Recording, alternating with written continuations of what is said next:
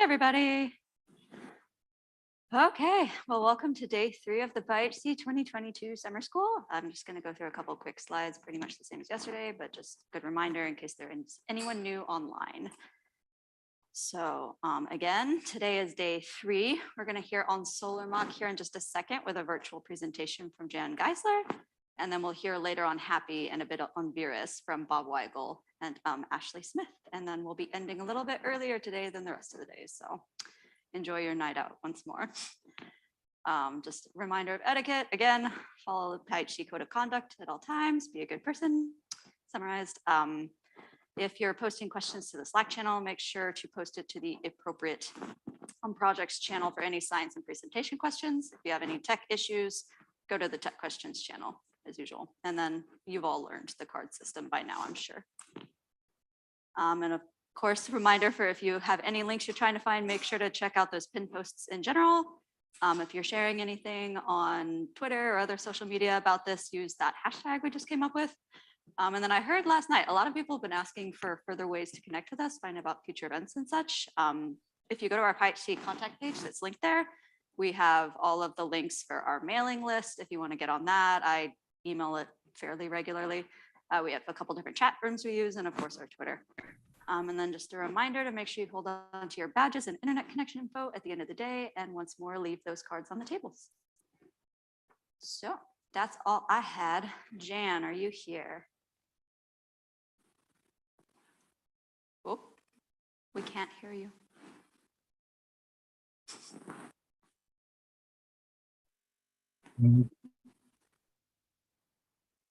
How's it now? We can hear you now. You can hear me now? Okay. Yeah. I just opened the Zoom settings and closed them again. So good. All right. So let me share my screen.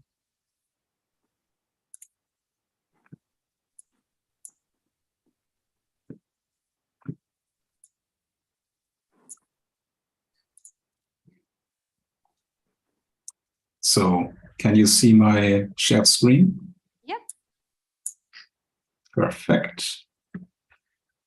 Okay, I think then I'm good to start. Yeah, looks like.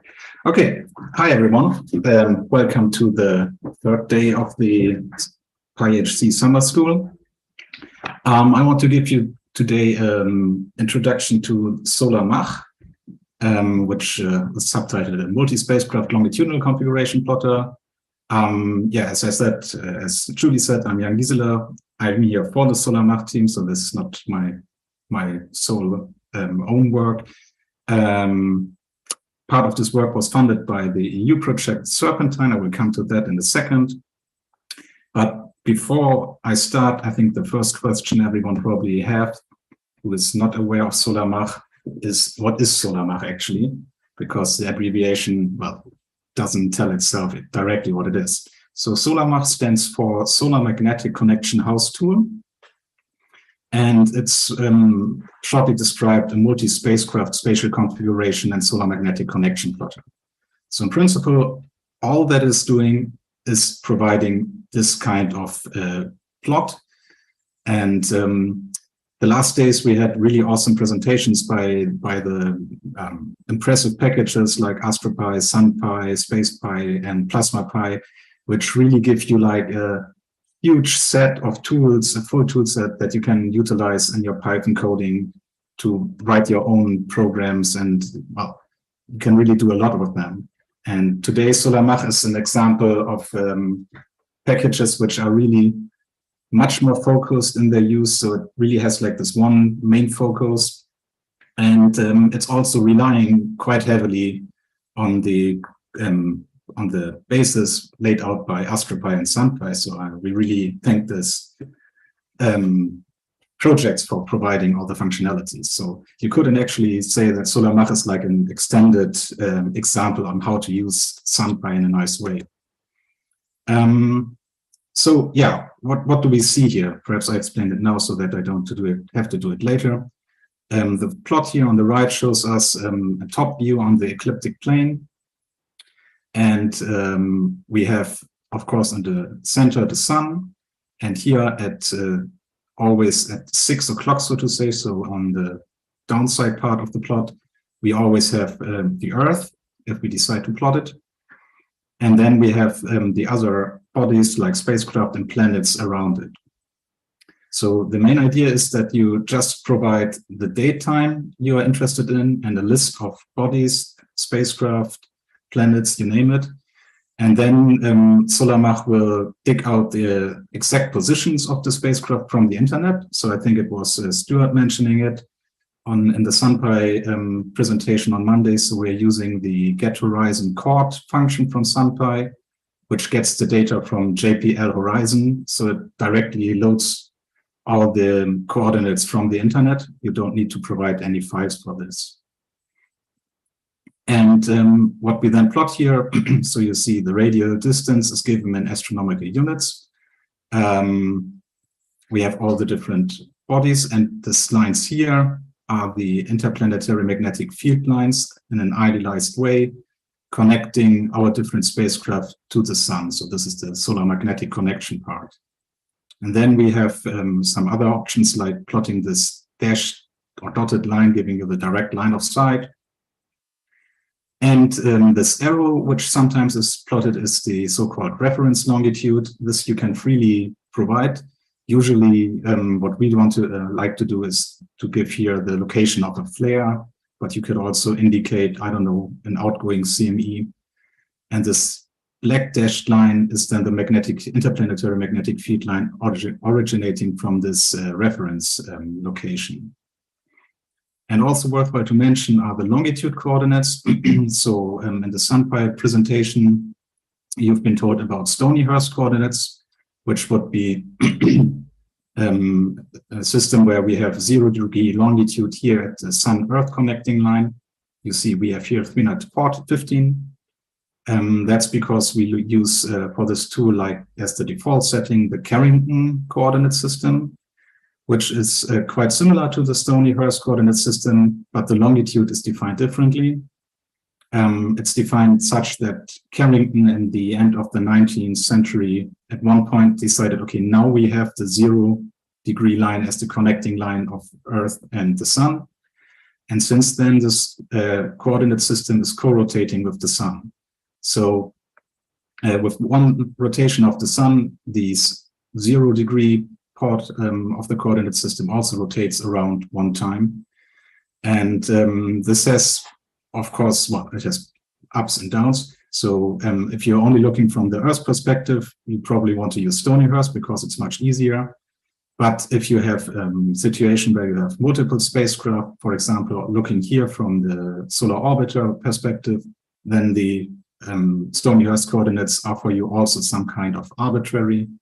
And the nice thing with Carrington coordinates is that the longitude of one point at the Sun stays more or less the same if this part co-rotates with the Sun. So if you have a sunspot, for example, in this figure here at 0° Carrington longitude, and then the Sun rotates and it's here, then it still has a Carrington longitude of 0, whereas the Stonyhurst longitude would change from 45 to 180. But we'll come to that also later. Okay, so much for this introduction to the figure. I also want to mention about the history of Solar-MACH. It was originally developed at the University of Kiel in Germany, mainly by Nina Dresing, and then further discussed within the ESA Heliophysics Archives user group, which is abbreviated as HAUS. So this is actually where the house and the name comes from. And if you're interested on this, you can, well, click on the link I will provide later in the chat, or you can ask Arno because he really knows what's going on there. Since then, the development nowadays is continuing here in Finland at the University of Turku, because the people, most of them work now here. We provide the ongoing development here is provided by funding from the EU Horizon 2020 project Serpentine, which I will mention later also. And what's also important to note is that Solar-MACH is a classic Python package, which you can install via pip or conda. and then, for example, run in a Jupyter notebook, which we will do later. But it is also built as a web app using Streamlit, which is a Python package. I will mention it also. And then you have this website here. You can click on it, and then you get a completely graphical user interface in your browser. You don't need any Python knowledge or installed. You actually don't realize that it's Python code running in the back. And this makes it quite popular and helpful for people who don't know how to program Python or don't know how to program at all, but then they can still use this tool very easily. Okay, so little outline on my presentation. What is Solar-MACH? I already explained. This presentation today will be a bit more like a slide presentation and not so much going through the notebook all the time. I hope you bear with me. But first, I will give some scientific motivation, provide some use cases where we are interested in using Solar-MACH. Then we will go to the hands-on example, opening the Jupyter notebook on the Helio cloud server, and then take a quick look under the hood at the code. And I will present some outlook on the work we are at the moment trying to finalize with Solar-MACH. So about the solar scientific motivation, well, the main thing is that you can get a quick overview about the situation in the Heliosphere. You can, of course, just use it as the start page of your browser to know where your favorite spacecraft is at every day. But the main analysis we think of when we develop the tool are to analyze solar energetic particle events, or short SEPs, or coronal mass ejection, CMEs. And it could also be handy to investigate stream or co-rotating interaction regions. I will tell about these all in a few seconds. But I want to mention that this tool is especially helpful nowadays because we are living really in happy times, so to say, because our heliospheric spacecraft fleet was expanded in the last years. So we had Parker Solar Probe, Pepe Colombo, and Solar-Orbiter launched. And in this figure, if you would take them away, these are points 3, 4, and 5, then you would have a pretty sad situation where you would have observation points in the heliosphere, mainly around Earth. We still have stereo A, which is more or less on a stable orbit, so it doesn't change its position too much. And then we have some instrumentation around Mars, but that was it until 2018. And these missions are also quite special because they are not around the Lagrangian point L1, for example. But Parker Solar Probe, so just focus here on this orbital plot here, has a highly elliptical orbit going closer to the sun than any object before, and also reaching the highest velocities of every, the highest velocities a man-made object has ever been accelerated to. So this is also a world record. But this also means that it's changing its position quite drastically, and you never know where it's now. Then we have Pepe Colombo, perhaps not so well known to all the people because it's a planetary mission, but it also has some instrumentation on board that allows us to perform in situ observations on the cruise phase. So it's also interesting for us. And then, of course, we have Solar-Orbiter, which has a similar orbit to Parker Solar Probe, not going as closely as a PSP towards the sun, but having a significant increase in latitude up to 33 degrees in latitude. So also a very interesting mission with quite varying vantage points. Okay, then I see first question in the chat. Is there an API which returns just a figure of PNG based on the time? Not directly. Could be included, I would say, probably relative easily, but it's not like officially supported at the moment. Can take a look at this later. Okay. Then I wanted to tell you a bit about the scientific motivation. So the first point, I will spend some minutes more on it because it's like our main interest, solar energetic particle events. So what are SEP events? For those who are not familiar with it, these are particles originating at the sun and are accelerated to high energies. Electrons up to tens of MeV, protons up to GeV range. And then we also have so-called heavy ions. And usually how we observe them is that we investigate the intensity of the particles, so the numbers per area and per given energy range. So in this case, these are electrons from 85 to 105 kilo electron volts. And what you usually see is that as a time series, that you have a background and then you have a sudden increase of the intensities and then decrease over time. And before we go further, a little reminder about the heliospheric or interplanetary magnetic field, because perhaps not everyone here is originally from this field. The solar wind streams out radially from the sun. So we have here a top view of the sun, which rotates like this. And as the sun rotates, the solar wind is streaming out radially all the time. So if we look here at like 5 time steps, then we have here this source region of this one solar wind stream, so to say, we are investigating. And at each time step, it moves further. And so the first time step, the first package released at the first time step will be after 5 time steps here at this position. Number 2 here, 3, 4, 5. I think this is clear. And now the thing is that the plasma conditions in the interplanetary medium are such that the plasma beta that Nick introduced us to yesterday in the Plasma Pi presentation is quite large in this region. And this causes the effect that the solar wind flow is the determining factor. And the magnetic field is what we call a so-called frozen into the solar wind. That means that all these packages which originate from the same position at the sun are all connected with the same magnetic field line.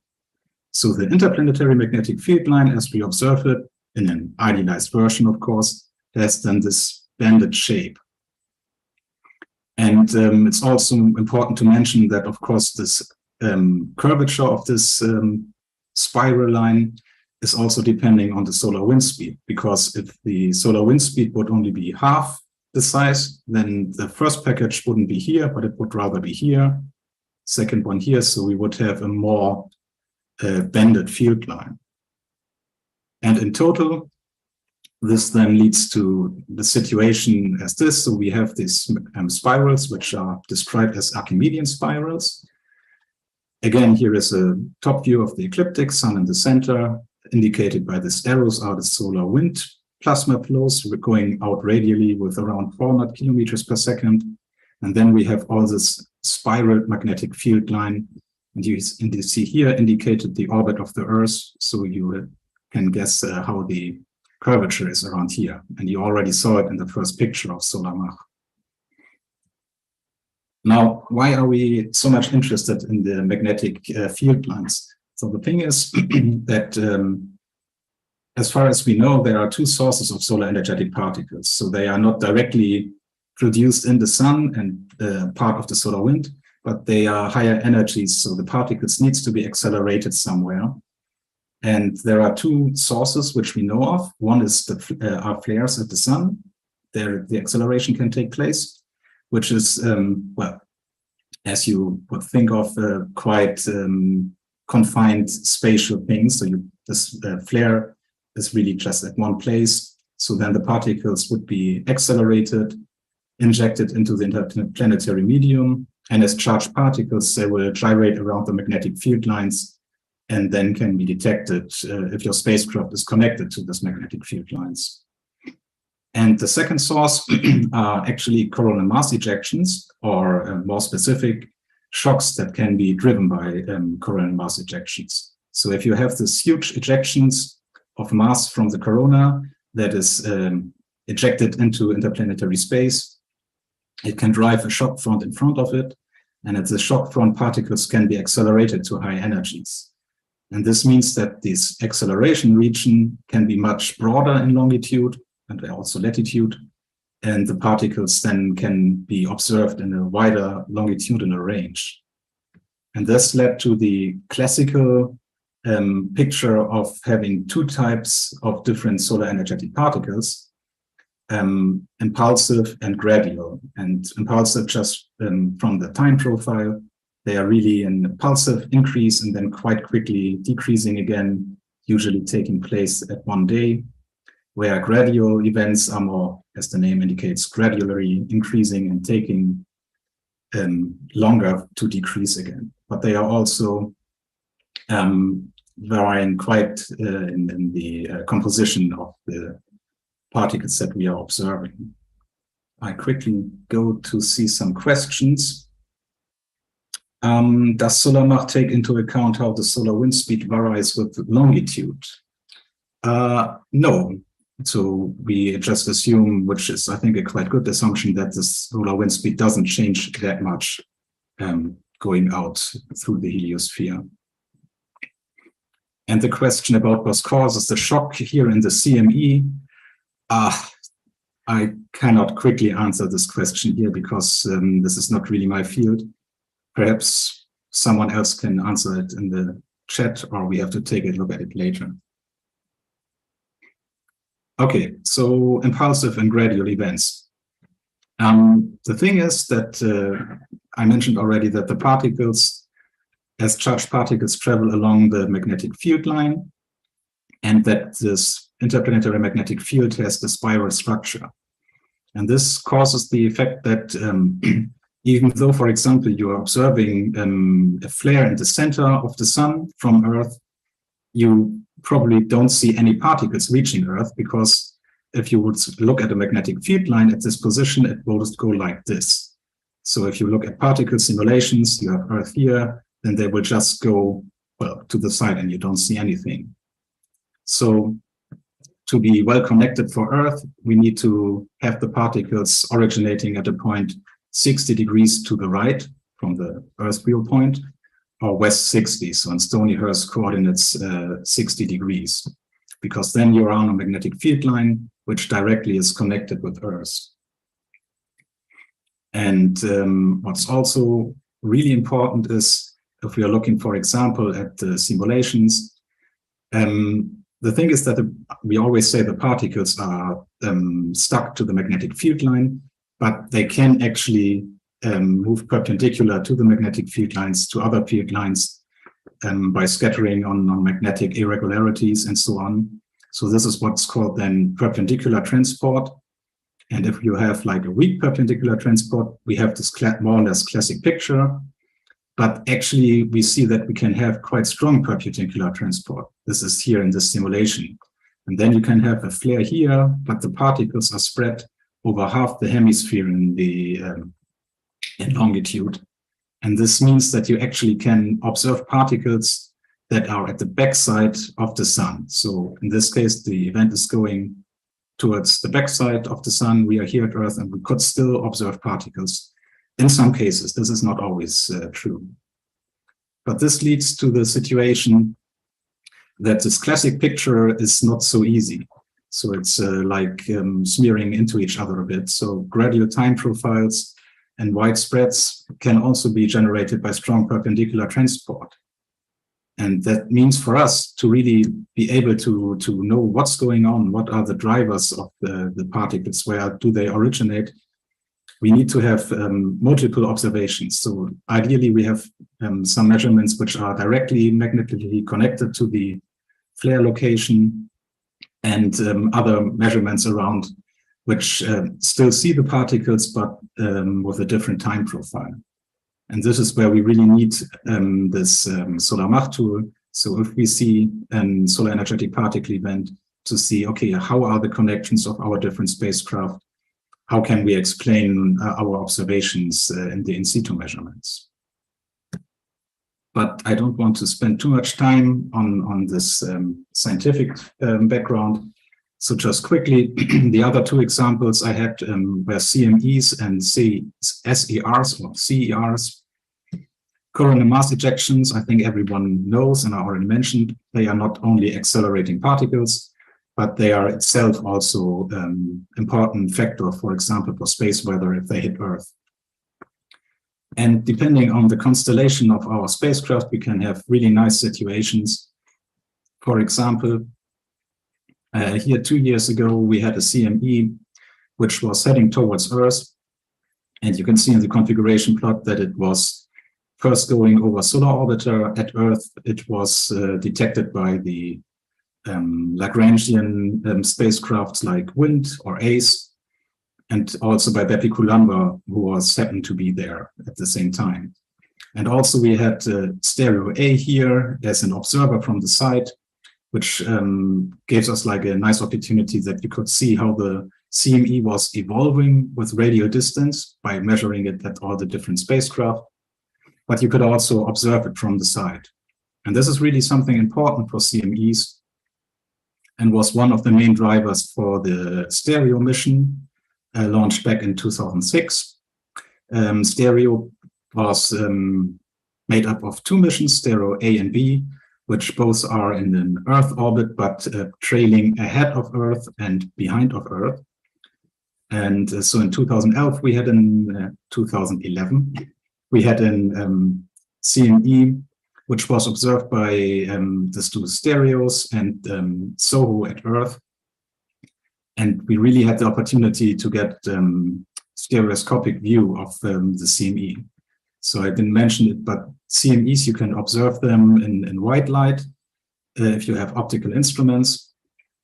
And then what you usually do is that you do some reconstruction, some geometric reconstruction, trying to estimate how the shape of the CME was. And of course, you cannot do it if you only have one vantage point, because then you don't have enough information. But if you have multiple viewpoints, you can really go and play around with the parameters and get more info about the structure of the CME. And actually, this reconstruction can also be done, of course, with Python. And I want to give a little advertisement of a tool from a colleague. You have the link here from Athanasios, Pythia. And he will actually present this tool in the next regular PyHC telecon on Monday in 1.5 weeks. So Julie was mentioning the regular meetings the PyHC group has every 2 weeks. And you can go to the website of PyHC. There you can find direct link to the Zoom meeting, so you don't need to sign up or anything. And I'm pretty sure everyone is happy if there are more people showing up and staying informed on what's going on in the community. And I didn't mention that this tool is not just like some complicated Python tool that you only can run after reading multiple pages of documentation, but it actually gives you a graphical user interface that you can also run in the browser. So I guess quite a nice thing to start on this field. Okay, the final use case are stream or co-rotating interaction regions.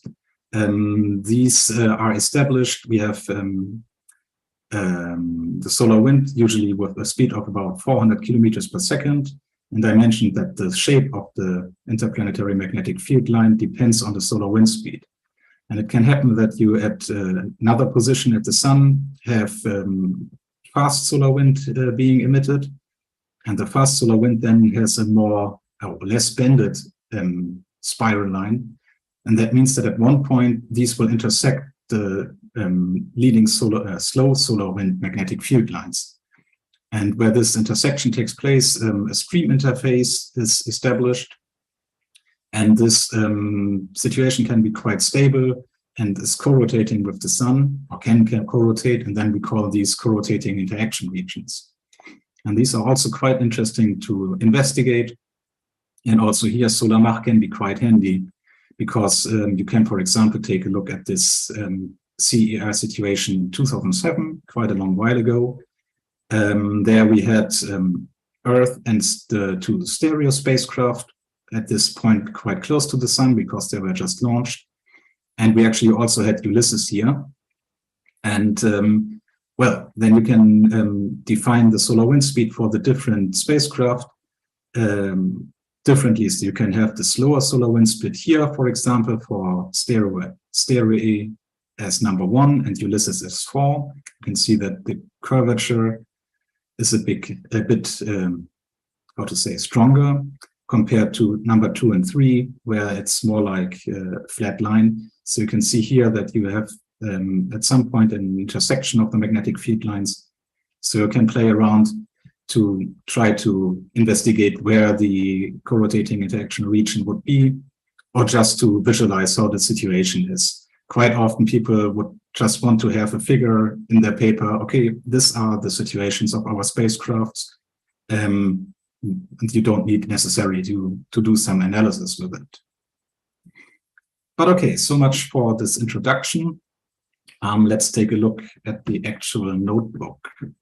So I'm switching now to our Helio cloud server, closing this, and I try to minimize all the sidebars and so on. I hope that the screen size, well, the font size is sufficient. Otherwise, please let me know. Okay, so I tried to keep this notebook more general in case people download it and are not part of the summer school and running it here in the Helio cloud server. So that's why I provided here in the beginning some links to the code and the packages, and also information about how to install it on your local computer. So you don't need to do it here if you run it on the server, but if you want to run it on your own computer, you either have to install it with pip or conda.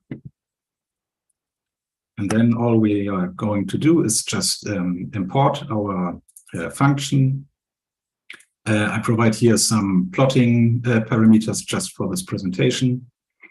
And then let's take a look at a minimal example. So as I said, the minimal things we have to define is the date time we are interested in. So let's take a look at today. And then a list of bodies we want to plot. Here, sorry, I just well, choose Earth Solar Orbiter and Parker Solar Probe. And by the way, we wrote the code such that it is quite, it tries to catch us all the different notations you would want to use for the spacecraft. And the last thing that we need to provide at the moment that might be worthwhile to make some default settings here are the solar wind speeds in kilometers per second for each of the observers. And this is a bit not optimal at the moment because this list is position sensitive, meaning that the first solar wind speed corresponds to the first body, second solar wind speed to the second body, and so forth. Okay, after we define this basic options, we need to initialize our so-called Solar-MACH object with the parameters. And then this object has a plotting function where we can provide some more options. Just ignore it for now. I tried to make a simple plot. And you can see here now for 12 o'clock noon UTC today, the situation was as follows. Of course, Earth is quite stable here. Solar Orbiter is here, almost at 1 AU, and Parker Solar Probe, we see, okay, it's really close to the sun at the moment. So performing one of the, well, not really flyby, but the closest approach to the sun. And we can see also what's quite interesting that Solar Orbiter and Parker Solar Probe are right now really at the same magnetic field line. So would be quite nice to have a solar event going on right now, because then we would expect them, both of them, to observe the same particle population. Okay, this is like the minimum working example. Let's go to all the details. So first, of course, the body list, my first question would be, okay, how do I know what's included there? So we have the easy function print body list, which just gives you the names of all the bodies, so planets and spacecraft, that are available from with this functionality, so which are provided from JPL Horizon. Worthwhile to mention that there are missions, for example, Rosetta, that are not existing anymore. So if you try to plot Rosetta for today, for example, you will get, well, it will still work, but you will get a notification that there is no ephemeris for this mission. So then you can pick the spacecraft you're interested in. So let's put some here. And for the sake of simplicity, I just replace the list of the solar wind speeds with a list giving all of them just 350 kilometers per second. And the date 1 year ago. And before I continue, I quickly see there is a question. Yeah, that's a good question from John. If it's possible to show a line indicating a spacecraft trajectory. This is actually, I think, already an issue that I put up as an idea. It's not really directly doable right now.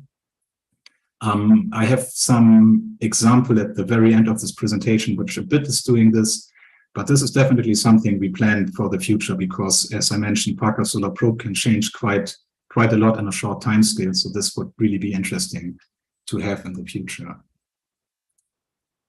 And I'm just checking that there are some comments in the Zoom chat, but okay, questions for the links. Yeah, sorry, I will provide the links later, and also be reminded if you open the notebook, here are also most of the links you are probably interested in. Okay, so now we provided the options we already know about. I mentioned that we can add this reference, for example, a flare location.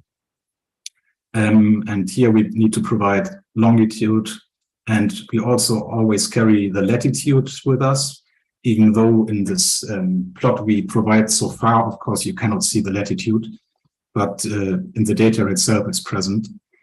And also we need to provide the solar wind speed we define for this reference position. So we run this cell.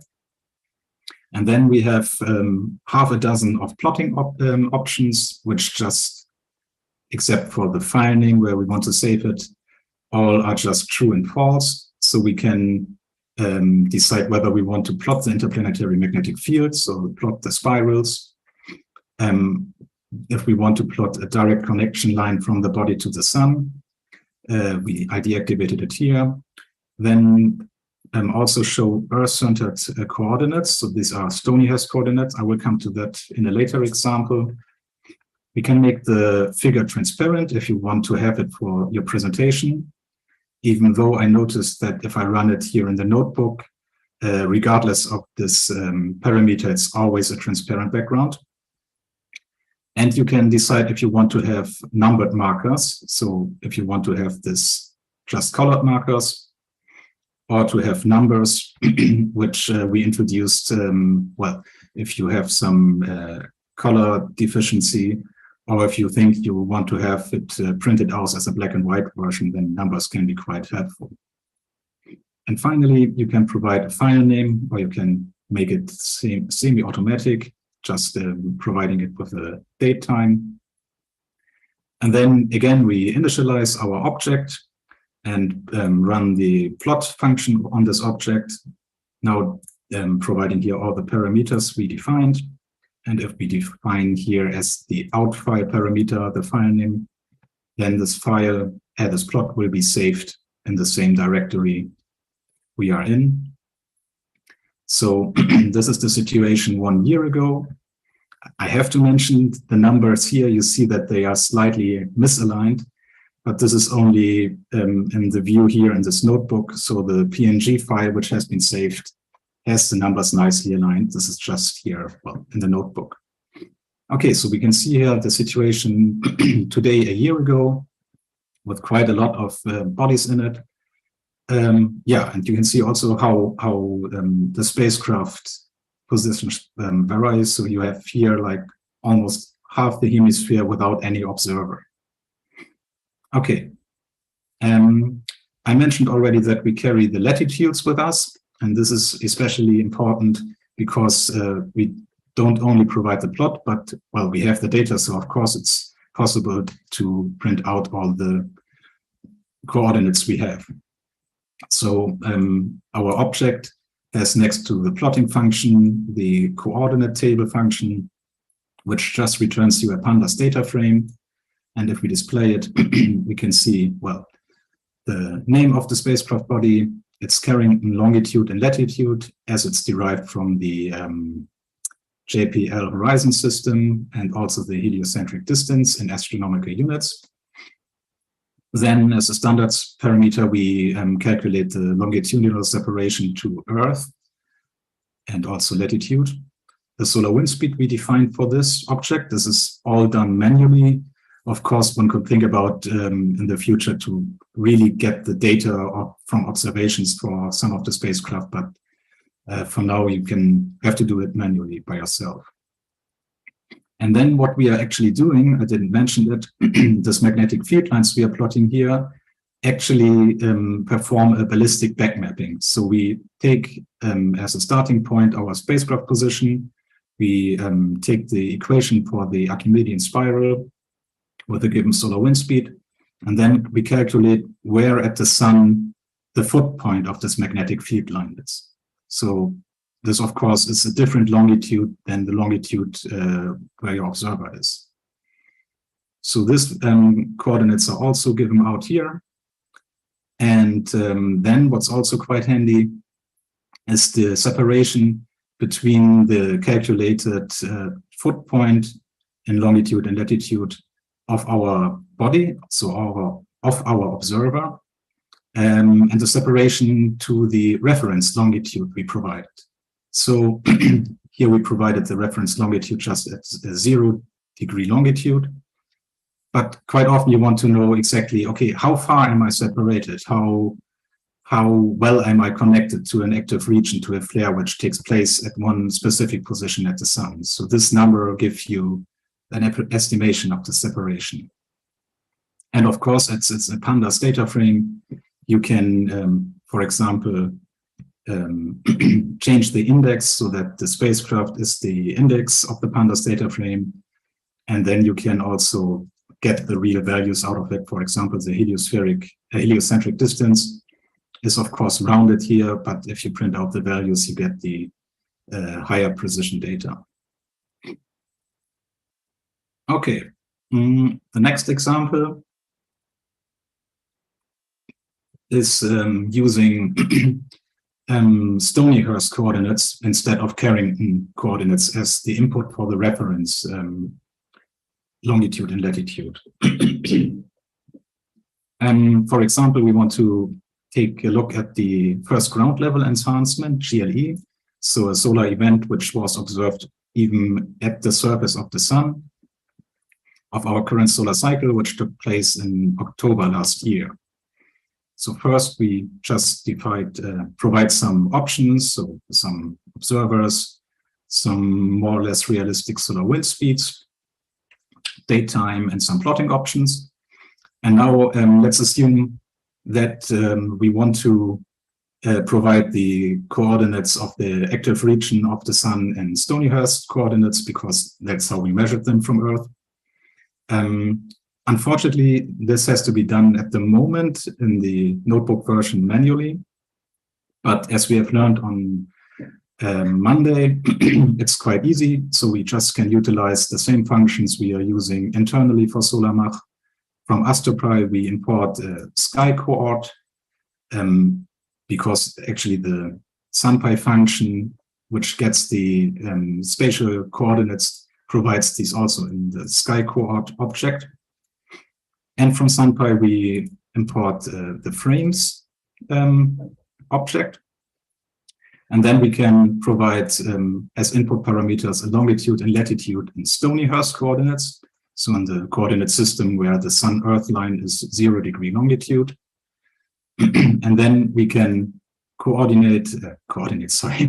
transform our coordinates. So first we initialize a new sky coord object with the longitude in degree and latitude in degree, and define the frame set as the heliographic Stonyhurst system and provide the date we have. And then we can use the transform to function, functionality of this object, just to transform to the heliographic Carrington frame. And then all we need to do in addition is to get the value, because unfortunately, Solar-MACH doesn't really use AstroPy units. So we just want to have the number, and also providing the solar wind at the reference longitude. And with all this data, we can then make the plot. And what I activated here is the show Earth-centered coordinate system keyword. And this is another thing which is a bit of work in progress at the moment. So we don't really replace the carrying coordinates. We plot on top now the Stonyhurst coordinates. You see here 0 degree at the Sun-Earth line. And you can see how the situation was here at this GLE event time. And I see there was another question in the chat. Is there a way to plot Voyager 1? Yes, I didn't mention this, but of course you can do that. Let's go to the very first example. But the thing is, oops, of course, then the plot will get a bit messy. So let's run all the cells. So with the standard setting, you get this mesmerizing figure, because, well, going out to over 150 astronomical units, you see that the magnetic field lines are really spiraled off, and you can also see how the magnetic field structure is far out in the heliosphere, which is really interesting. So let's deactivate, I'm now messing with this example. Let's deactivate the spirals.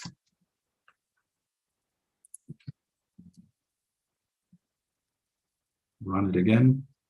And then you see, okay, it's not so interesting. You see Voyager 1 really far out here at more than 150 degrees astronomical units. And all the inner heliosphere spacecraft, of course, are more or less at one point.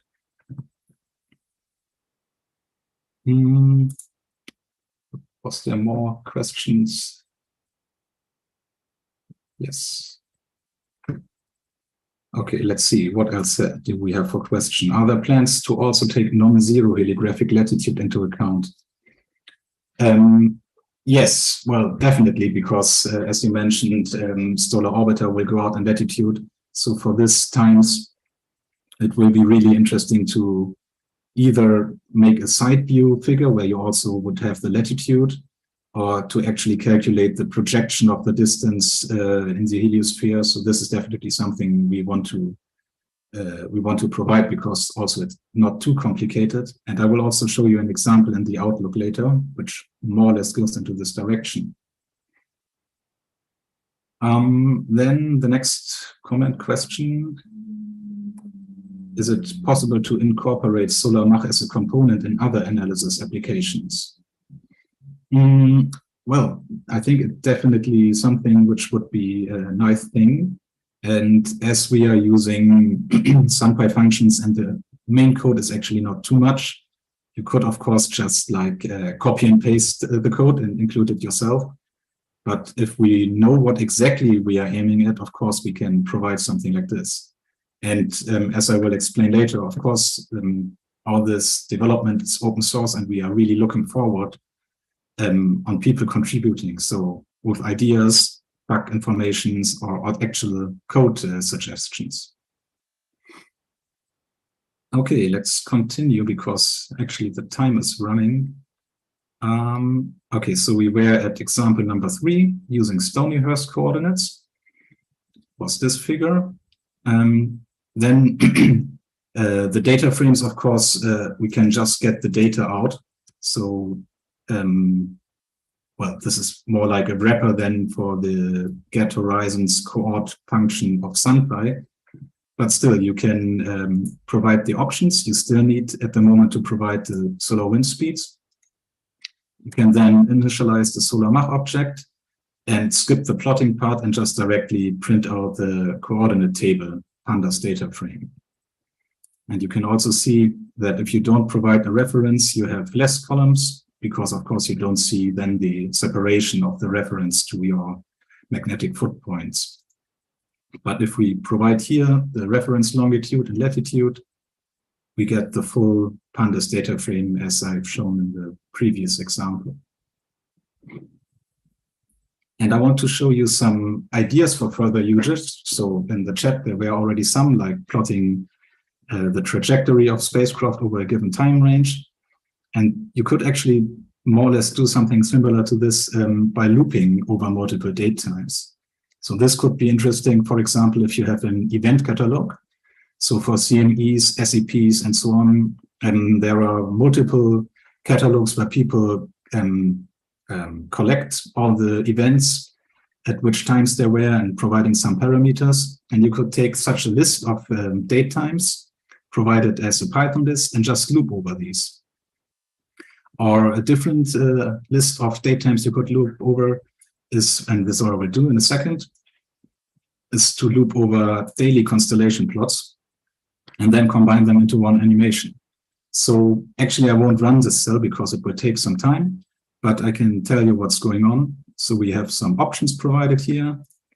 And now I just make a for loop going from 1 to 30 and add the 1 to 30 in our date time string as the date of June of this year.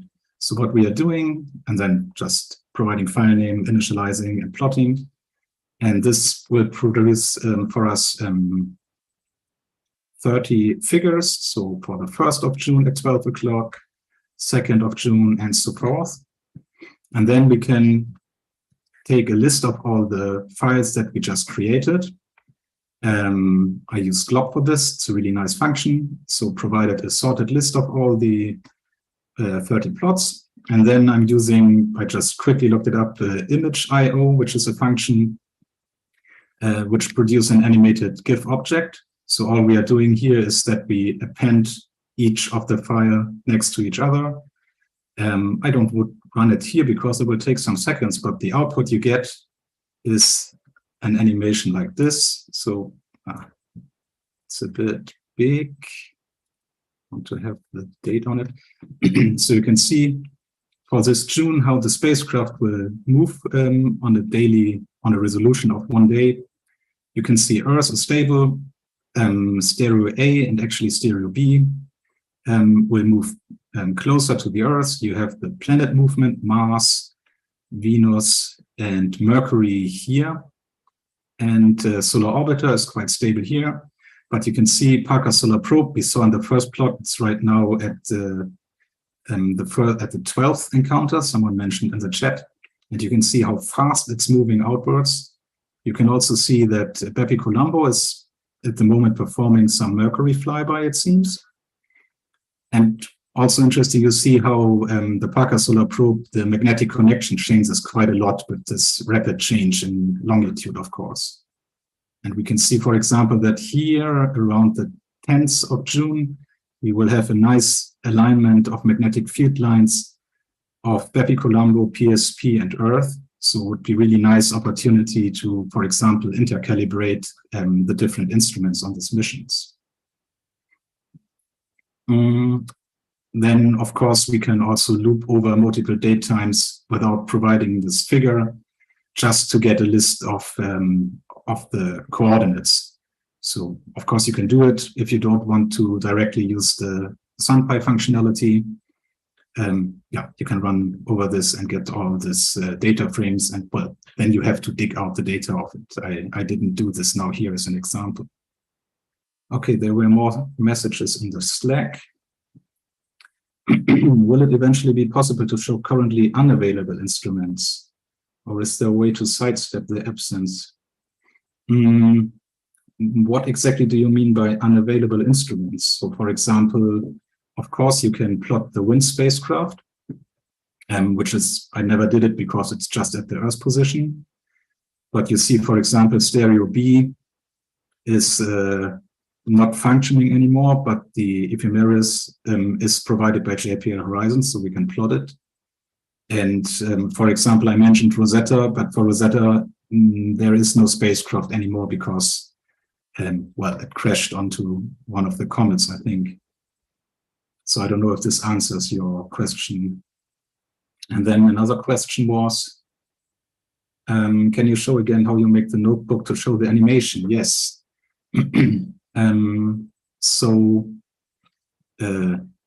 The first cell I run was this, where I have a for loop, which just produces 30 pictures. So these are the files here in our same directory. And then what I'm doing is that with glob, I'm looking for all files in my directory which have the file name, as defined here. So in principle, this file name. And then I ask to take the day, which was provided as ISO. In this case, it's 30. So this is the last file. And I replace in this glob command the 30 with an asterisk. And then this glob command will provide me all files which have the same file name and have some value here instead of 30. So this is then just a list of the file names. I sorted so that it's in the chronologic order. So for this, I made the file names such that they will be sorted alphabetically. So that's why I also started on the 1st of June. I'm not sure if I would start in May. Probably it will work too, but well, you have to play around with this. Yeah, and then this list of files is just provided to this image IO function. Okay, this was then all for this notebook. I wanted to now also quickly show you the web tool, because I think this is something quite special for our tool. So if you just open this URL in your browser, you directly get this page here. Sorry, I opened it yesterday, so let's refresh. So it will now take as the date time, today's date. Okay, no, it doesn't.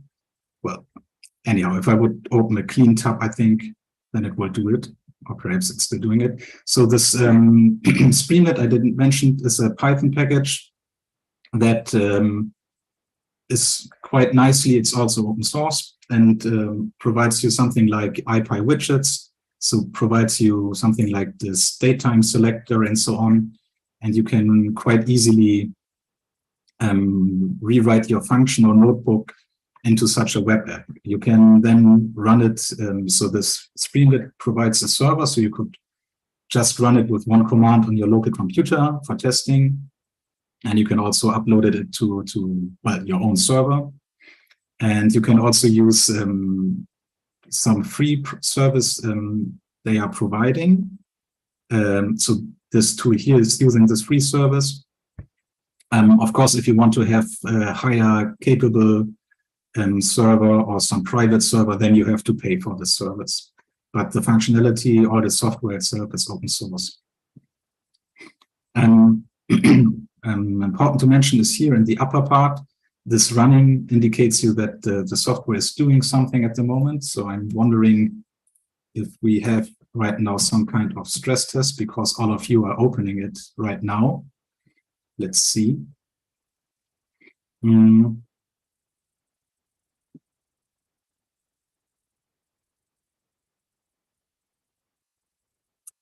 Okay, so while it's loading, I can already explain to you. So the nice thing, as I mentioned, is that you don't need to have any Python knowledge.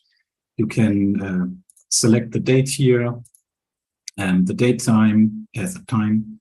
You can change the options just with a click. The only downside is that it's set up at the moment such that every time you change an option, the plot is done again. So it's usually takes just like 3 seconds. If not, I don't know, 100 people are trying to use it at the same time. And yeah, you can provide all the options here. You can add the reference coordinate, and here you can also directly provide them as Stonyhurst coordinates, because this conversion I included here manually. You can directly select from a drop-down list the different spacecraft you're interested in and provide the solar wind speeds. So this is directly, well, everything just as a graphical user interface. I don't know, there are some messages in the tech question chats. I don't follow that. Please let me know if there is something I should be aware of.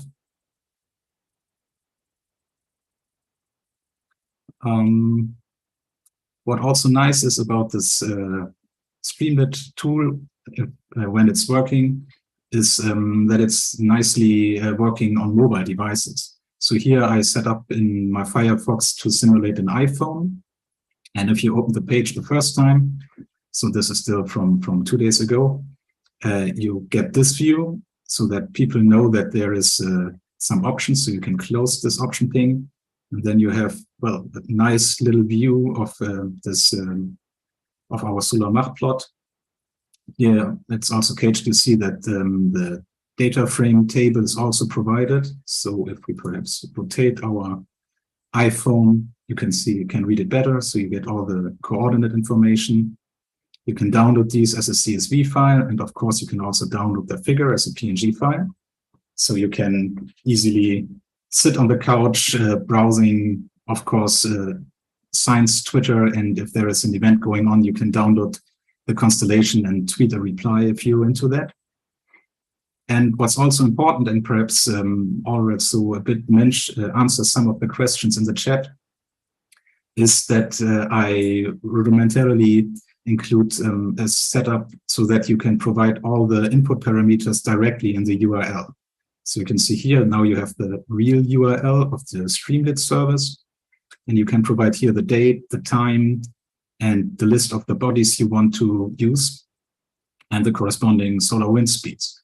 And if you open this, then it will take probably forever right now. Sorry.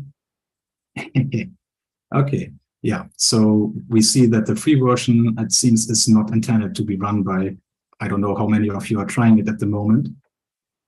But anyhow, so if you would open this link, all the parameters, all the parameters here on the left will be pre-filled with the corresponding values. So you can actually, and we are doing it internally, take this URL, and for example, if you have an event catalog, you can for each of the event directly provide the link. And then if you click on it, well, you get to the direct figure. And then, of course, it's only some small step further to directly get the file out of this pre-rendered configuration. So I think this is should be working relatively easy. And also because this is just such a long URL, you can click this generate short URL, and then you get a really tiny link you can send around to your colleagues. Okay, I think I should speed up a bit. Actually, how much time do I have? I think 15 minutes. Yeah, right. Next point was under the hood. So I wanted to take a look at the source code. It's on GitHub, so you had the link. In principle, all the code is in this init.py file, and the whole file has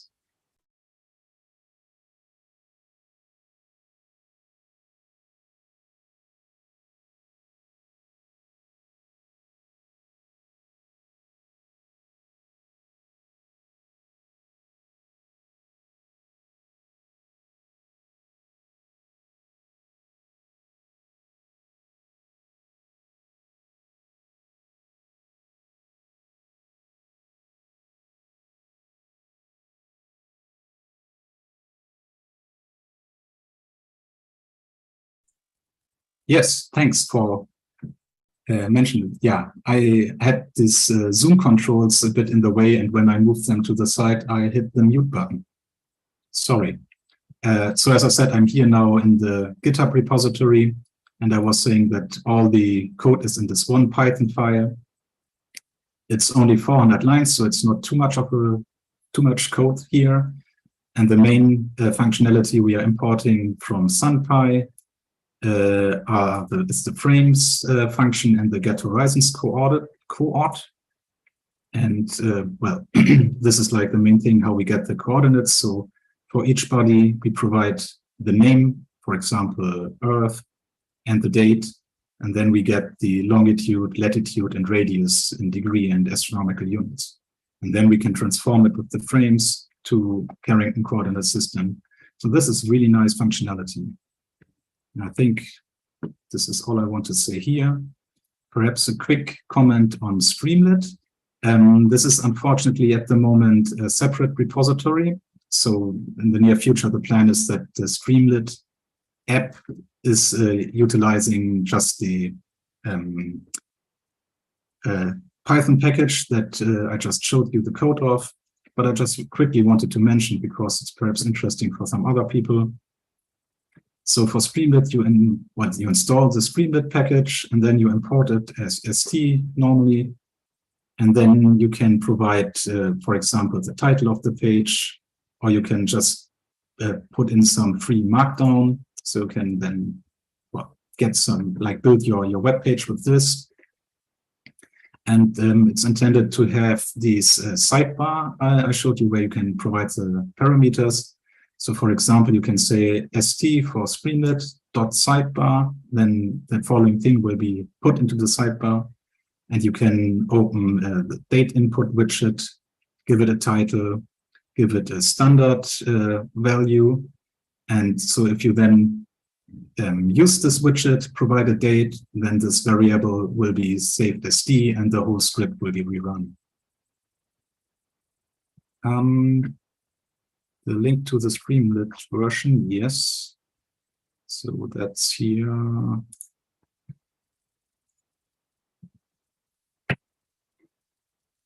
Okay, then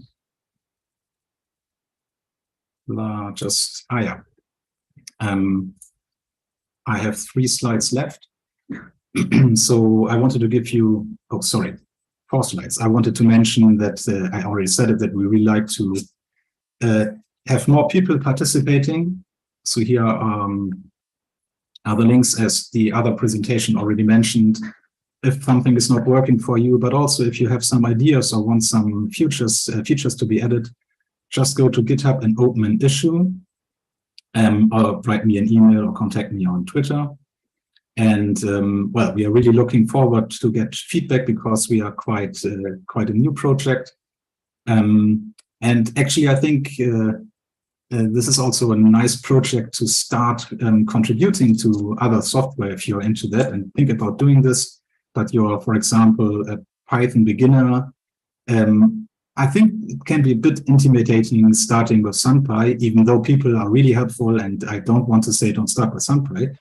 But if you want to have a bit more like a comprehensible project, you can also take a look here and start contributing code here.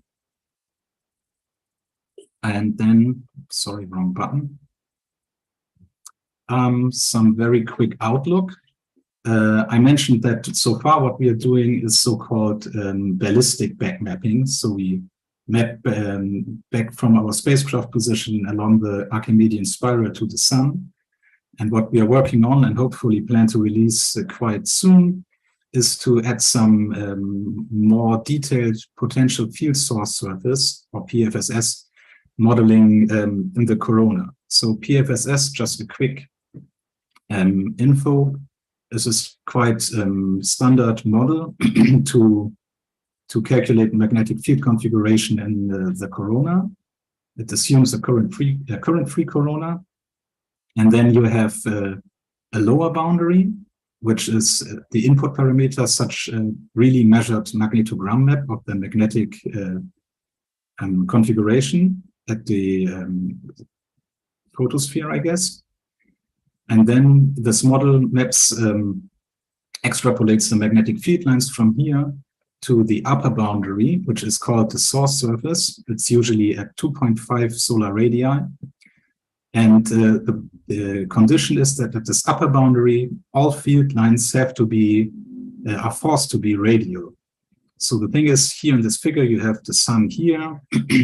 You have this source surface at 2.5 AU here. And inside in the corona, you can have closed magnetic field lines. These are the blue lines here. But we force the model such that all the magnetic field lines that go through the source surface have a disposition to be radial. So these are then the magnetic field lines I showed you in the beginning, which are like the starting point, the foot point of the interplanetary magnetic field. So what we are doing now, and this is plotted here on the right, is that we do our standard ballistic backmapping. So all these curves here are exactly the same one as here on the left. Only thing is that we have now here a logarithmic scale for the radius, which is quite unusual. And that's why the Archimedean spirals look a bit strange. But the nice thing is that we can have here at 1 the actual radius of the sun. So this is really the solar surface. Here at 2.5, we have the source surface. And then we have like the interplanetary space. So going out to some hundreds solar radii, we have 1 AU, the Earth position. So we do our ballistic backmapping. And then at this position, we are in principle here at our source surface. We define a small area because we don't expect that we directly have the magnetic field line at a very precise location. So we define a small area and calculate all the magnetic field lines and see which of these connect to the source, to the solar surface. And these are then shown here in this inner ring. And here we try to implement some latitudinal information by color coding. And you can find some interesting things. So for example, here for the GLE event of last year, you can see, well, all this connecting to the source, to the solar surface.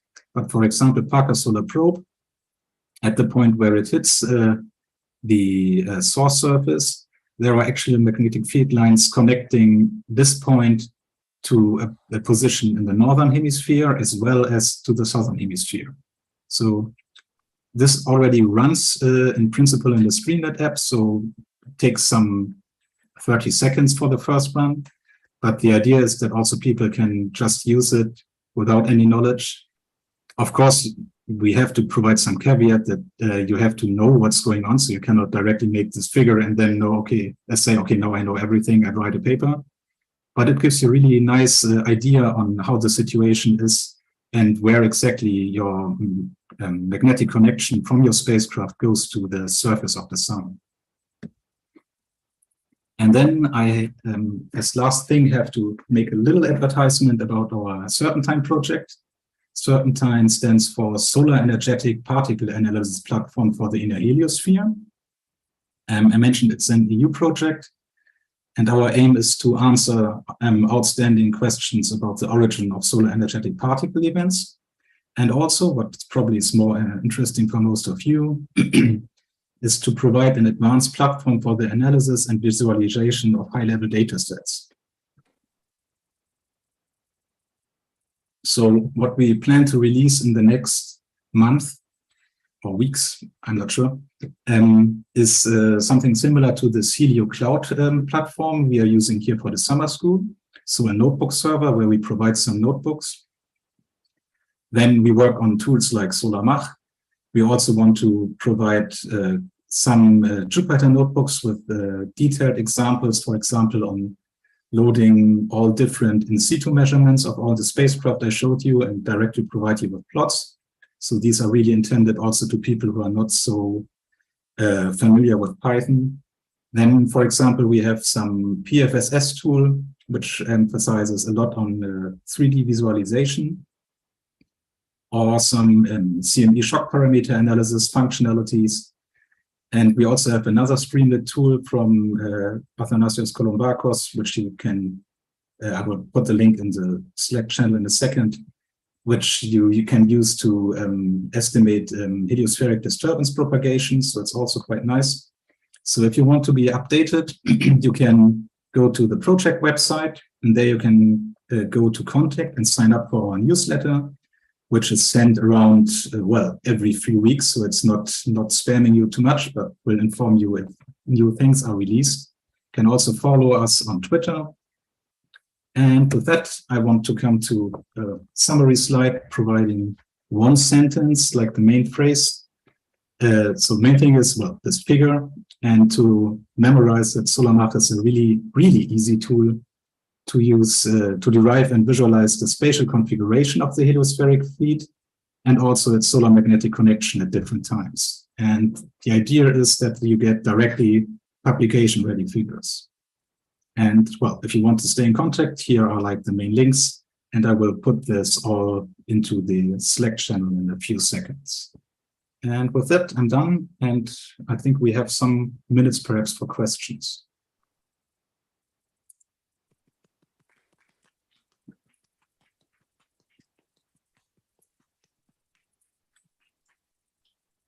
Thanks, Jan. Does anyone have any questions? If not, keep putting in the chat in the Solar-MACH channel for Jan. And for now, we will go into a quick break and come back in 15. Okay, thanks everyone.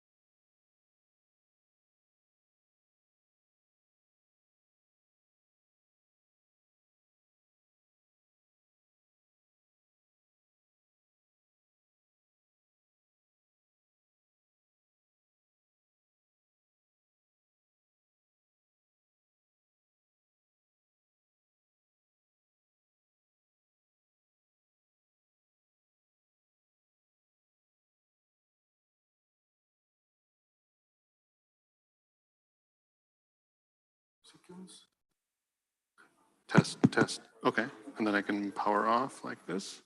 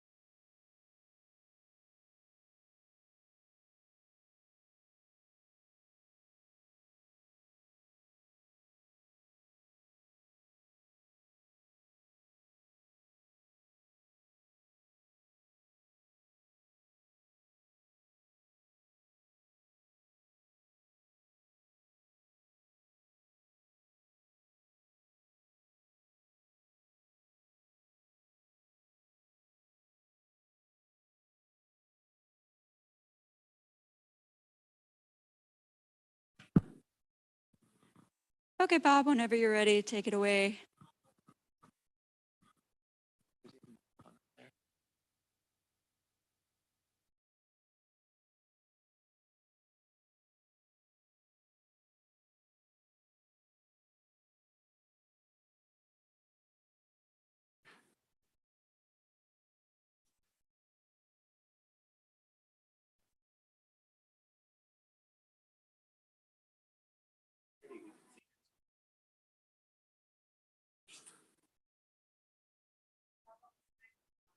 Yes.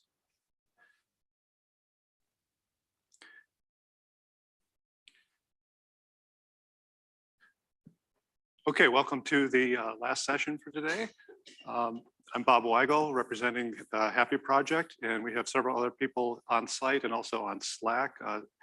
Sandy and John Vandergriff and Jeremy Faden are all available for questions. And so I'll get started now. People are just coming in here, sitting down. To get started, you log into the Helio cloud, which is the link there on the very top in case you just came in now. And you navigate to the summer school HAPI tutorial by hitting this directory button here. And just a warning, in all of these examples, we have start and stop time set for when you request data. And we have all of the data cached in your local instance.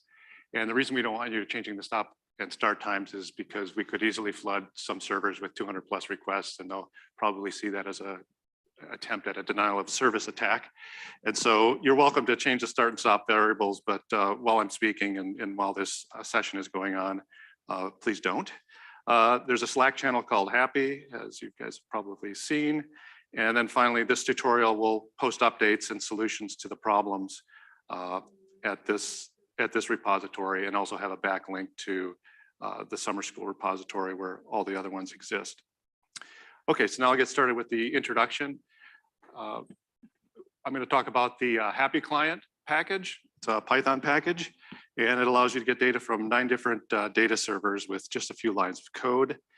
And we're also going to show you how to interact with some of the other heliophysics Python packages, and we're going to ask you to do that as well. And you're going to spend about half of the class period working on problems. And so in this first half, I'll talk a little bit. You guys will try some things and experiment, and I'll walk around. Sandy will walk around, and then I'll go through the answers. And then in the second half, after the long break, after the 45-minute break, I'll have you pick some problems that you would like to work on. And so I want to briefly describe what the HAPI standard is. It stands for Heliophysics Application Programmers Interface, and it's a REST-based API. And essentially, it attempts to make obtaining data from many different data providers easy. And so it was designed by a group of scientists and a group of software engineers, and that have all done like data access, downloading many files, concatenating them, dealing with metadata, different metadata standards, and all that fun stuff that we've talked about a little bit earlier in the week. And we said there's many different places that provide data where you can just enter a URL and data starts streaming back. So it's just a regular web-based API. And they all do about the same thing and have slightly different syntax and slightly different metadata. And so we say, why don't we just come up with one? And so we brought together a bunch of people that have developed such servers, and we came up with a specification for that. And so these are the places you can access data from through the HAPI server, and also through the HAPI client, which is available in Python. And there's also HAPI clients in MATLAB, IDL, and soon to be R, and Julia. And I'll mention also that all of these data providers that have data that you can access through the HAPI protocol, you can browse them at this link, which is just an overview link. And it just allows you to browse the data holdings and find out what people have and get data from it. You won't need to do this, but the general syntax is this. Anytime you're downloading data in the Python client, there's also an equivalent URL that you can hit to actually get the data, the equivalent set of data that your Python client is obtaining. And it looks like something like this. It's the server name, oh boy. It's the server name. You specify a data set, comma separated list of parameters, and a start and stop time.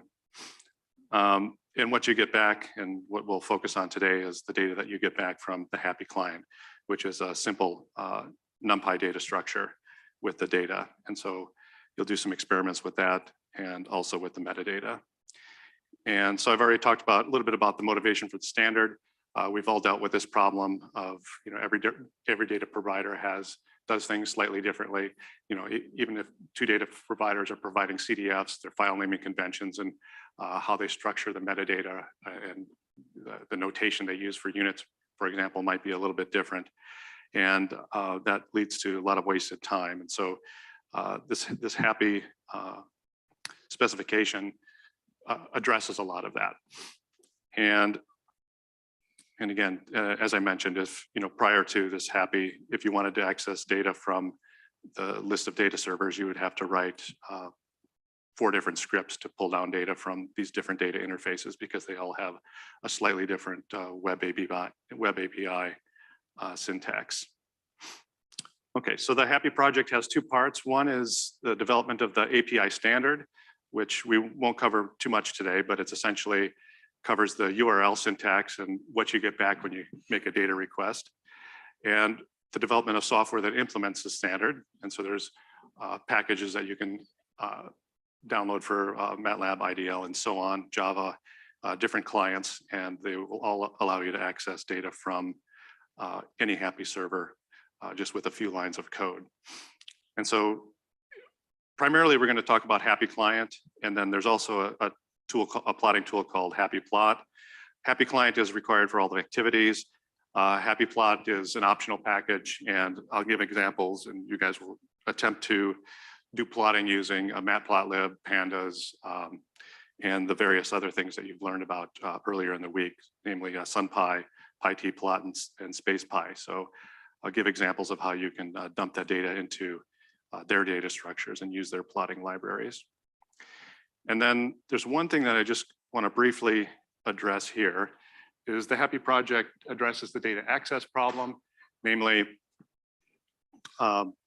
it makes accessing and reusing the data with software easy. So, as a science user, we say, I just want a few lines of code that I copy and paste in, and then I get some data back with metadata that makes sense, and I can create a plot with meaningful labels.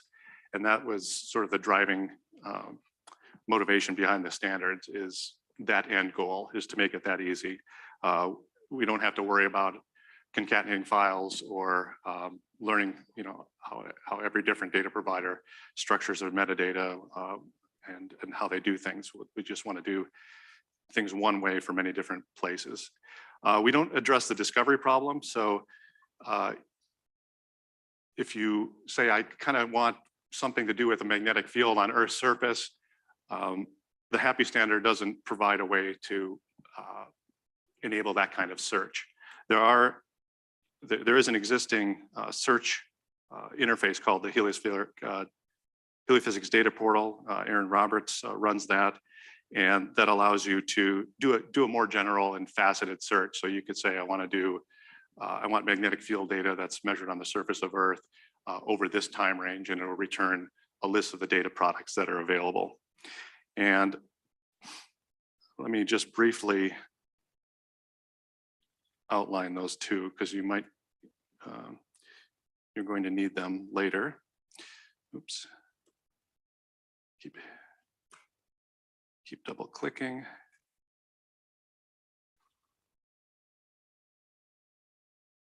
Exit full screen. So the first thing is that HAPI browser. I usually start here when I want to find out the data server and the data set. Usually you can use this interface if you know, for example, I know Lizard has solar irradiance data, and I don't quite know the data set name. And so you can pick Lizard from the dropdown, and then you can look at what they have. So there's a list of different parameters. And here you have the irradiance, and you can see what kind of metadata they provide.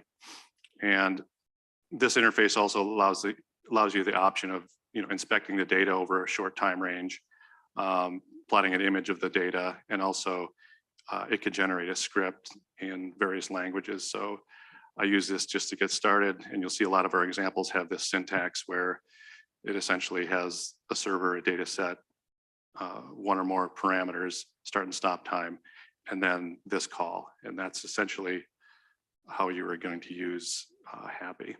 So that's the first interface. And then there's also an option for plotting where you can do a plot gallery. So if you want to look at the data over kind of a long time range, you can select a single parameter, and on the back end, it's using the HAPI Python client and also the HAPI plot to generate all of these quick look plots. And so this can be kind of useful if you're looking for something interesting here. This is the DST index in 1970. I'm not sure why we would want to look there, but that's what I chose. So let me go back to the notebook.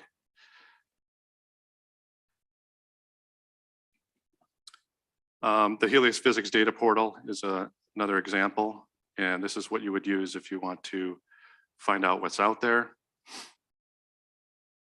And it looks like my network is kind of slow, so here it comes. So you could do something like DST, and you can ask HAPI, and it'll give you a list of data products that match those keywords. And so these are the different ways of accessing the data. And in many of these, you'll see you can access it from the CETA Web HAPI server as one of the options. Okay, so let me go back.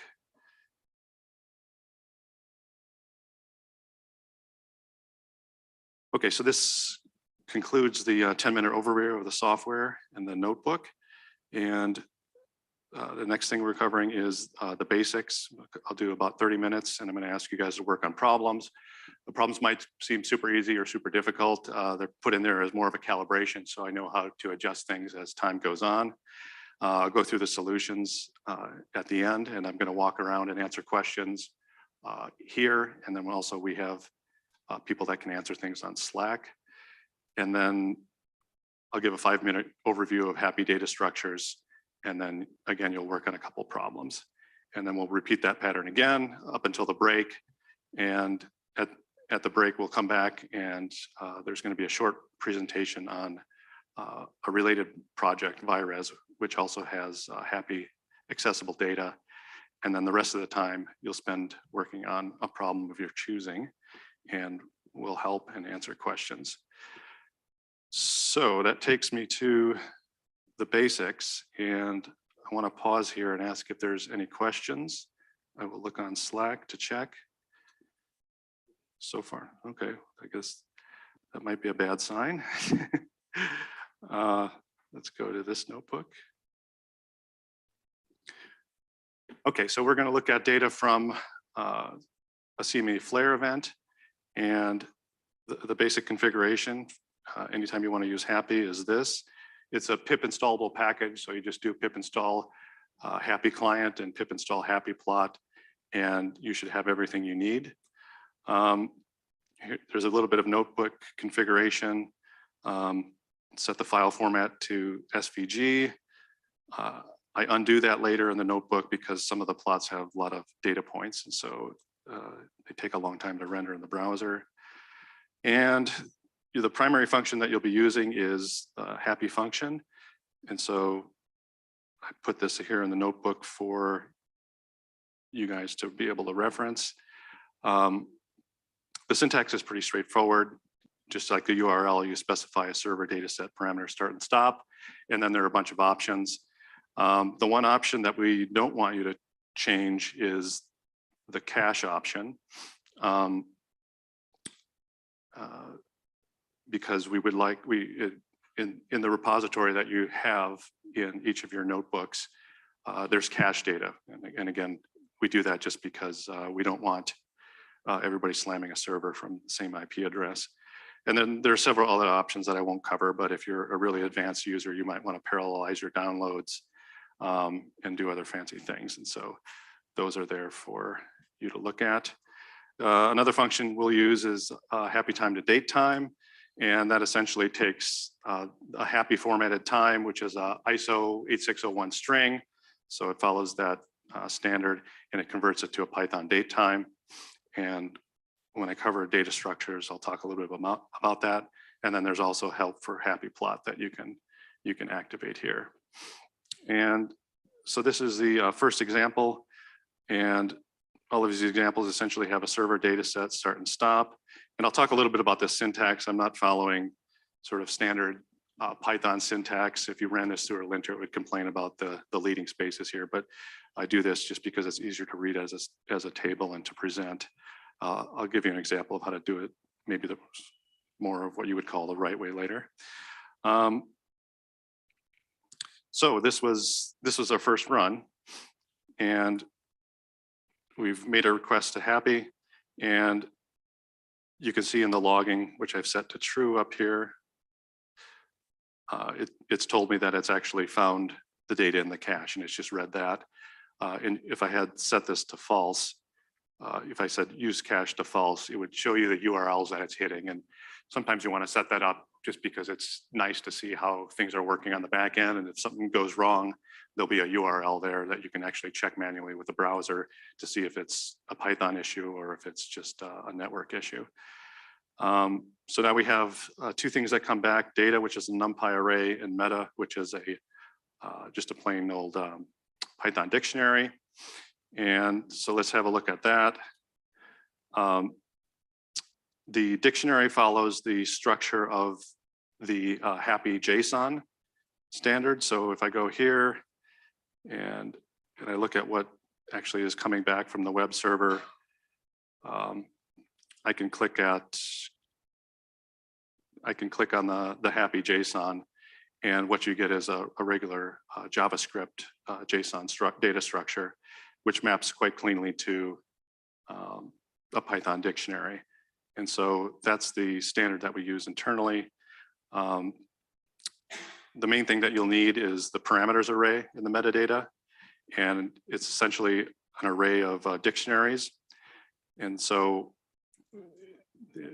in this data object that comes back, there'll be a parameter named time.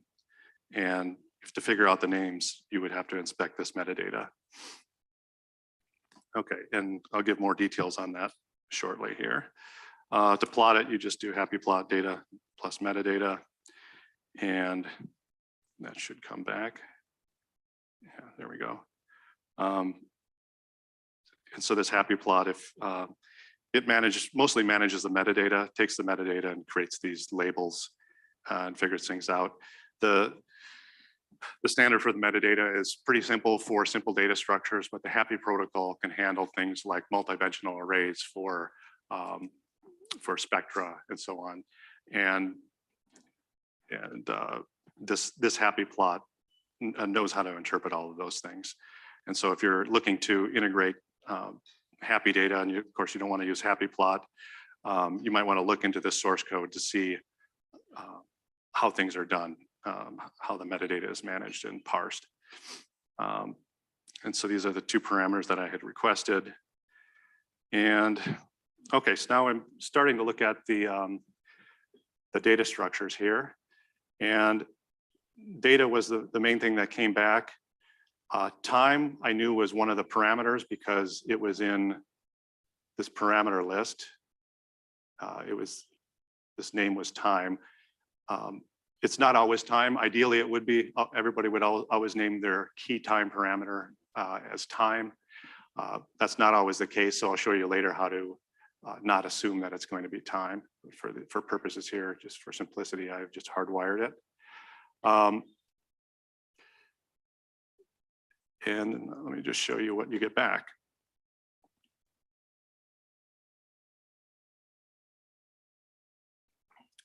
First 5 values of time are just byte literals. That's essentially what comes back from the HAPI protocol, is just a series of bytes. And then, I don't know why this isn't printing.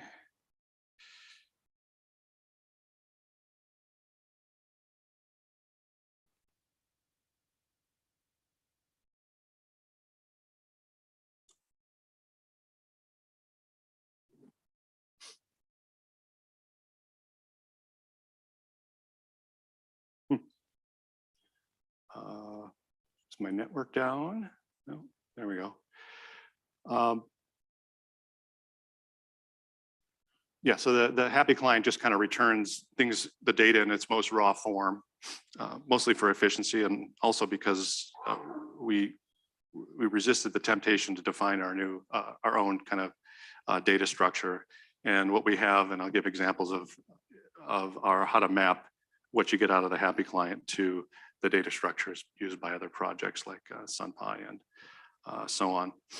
Okay, so time just comes back as byte literals. You call HAPI time to date time to convert that to Python date times. And then one of the data parameters we requested was DST 1800, which is just the standard DST index from the Omni data set. And here I've just printed out the first few values. Okay, so I can do the same thing here with the Discover spacecraft. And it's running.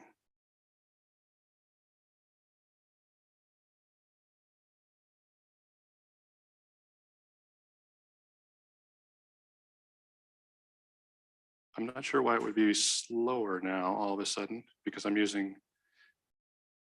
cache notebook or cache data.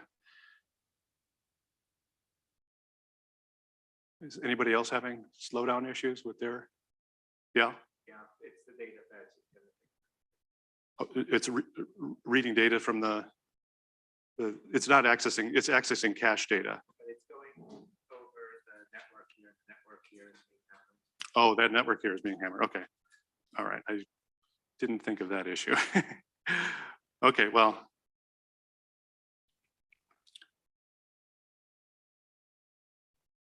Here we go. Okay, so it's a couple more examples here. I'm not going to run this one, but you can, using that HAPI interface on the web browser again, you can see that there was a data set named Discover Orbit Pre that's within the CETA web data holdings. And you can plot that. And there's one catch is that parameter order is important. That's something we put in the data specification. So if you do these parameters out of order, it'll complain and you'll get an error message. This one should probably just give us an error message. Okay, and then just a note on syntax. We're using this form, and in part because it's easy to read, in part because the examples in Ideal, MATLAB, and so on, all look about the same. But if you run this through a linter or you run it by somebody who's a Python Pecksniffian, they'll complain. So a better way to do this is to list your arguments as a list, or even better, you can store arguments as a dictionary, and then make your call to HAPI through this. Now onto a problem, and this is where I'm going to stop talking and have you guys work and experiment.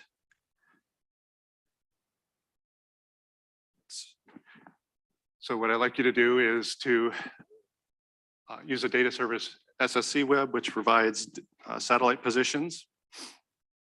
And what we want to do is compare the satellite position that was reported in the CETA web data set for the Discover spacecraft with what comes back from SSC web. So the first thing you want to do always when you're using data, if there's multiple sources of the same data, is you want to compare them and do sort of a sanity check. And so we emphasize that quite a bit in these notebooks. And then also like you to do this is just to see if you guys understand the data structure of the output of the HAPI client and followed what I showed earlier on how to extract data points. If you use Python, it should be straightforward, but I also want to be able to see how many people know how to do such things before I go on. So let's take about 20 minutes to work on that. And hopefully the network behaves. And Yeah, you can cut and paste from the previous example, and again, don't modify these start and stop times, at least during the time that we're all working.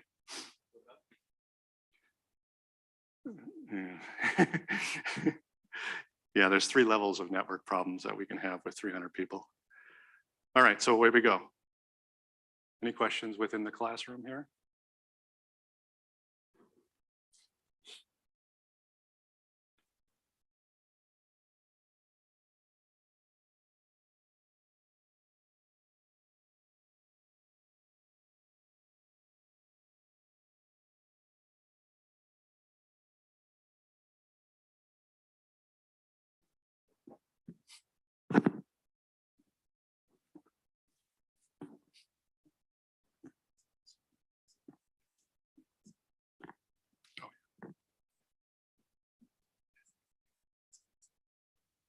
Okay. Do you want to walk around?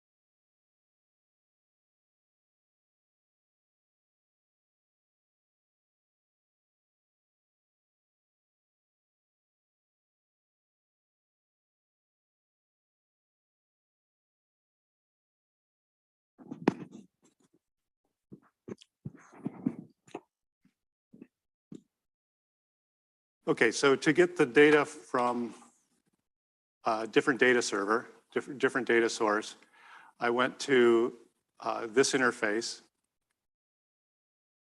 and we see that we have data from SSC Web, ACE, oh, no, I'm sorry, Discover we want.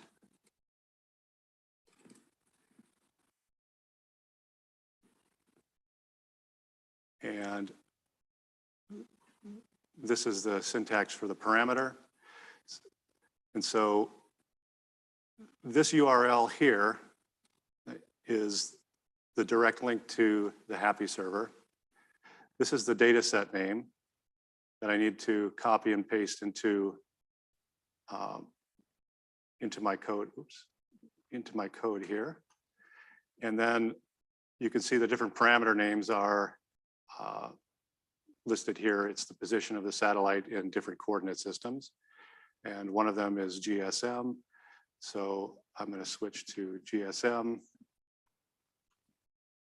GSM, GSM,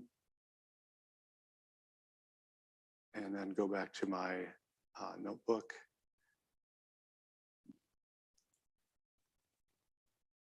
And put these above here.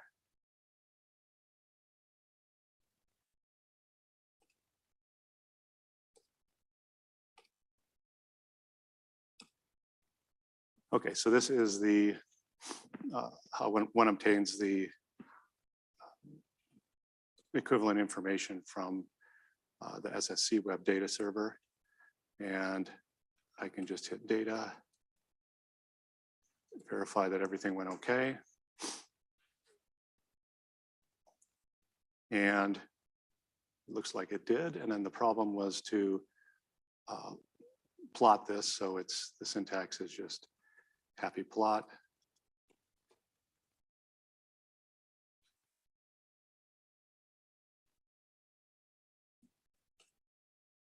And this should do the plot of it. So that's a plot of the first three parameters. And then it's also lists the metadata that came back that's associated with it. And for those advanced users, one of the outputs from the HAPI plot is a figure object. And there's a notebook that is covered later on how to modify these figures if you want to use that HAPI plot function. And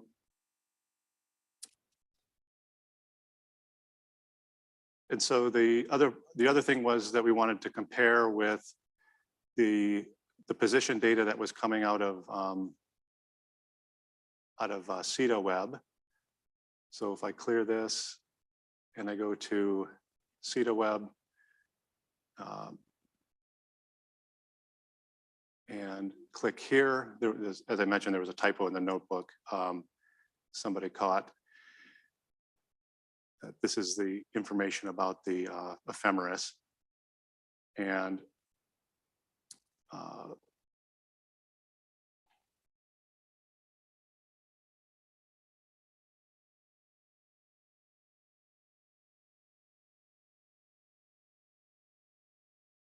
one of the parameters is the GSE position. And so these are the things that we need to enter here, my notebook.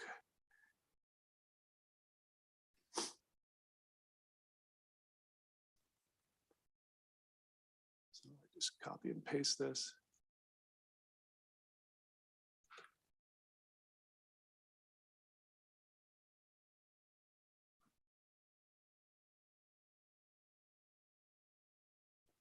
And I'm using the CETA web server, so I need to go back and find the URL to that. And here, and then the parameter name I get from the web page, or I could get it from inspecting the metadata object. It is just a single parameter. And I'm going to call this under CETA web.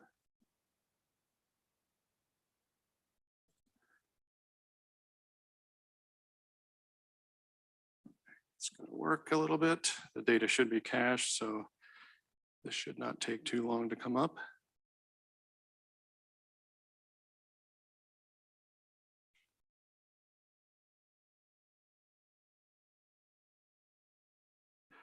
But essentially, that's the main workflow for finding data and getting data. And I guess you'll have to take it from me that this will work on a better network, on a different network that's not being slammed. It did. Okay, good. I'm going to point out one thing here is that this HAPI client doesn't take care of is the data object that you get out. Here, what's returned is 3 different parameters. And so it's to inspect those, I would have to combine them.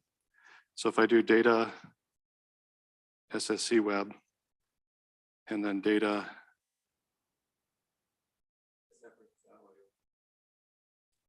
oh yeah.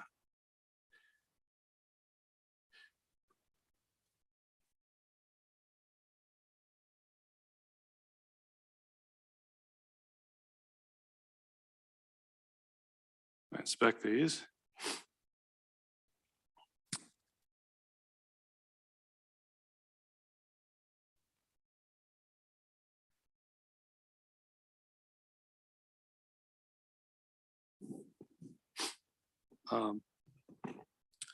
The data structure that comes back is a little bit different between the two, and you'll have to manage that.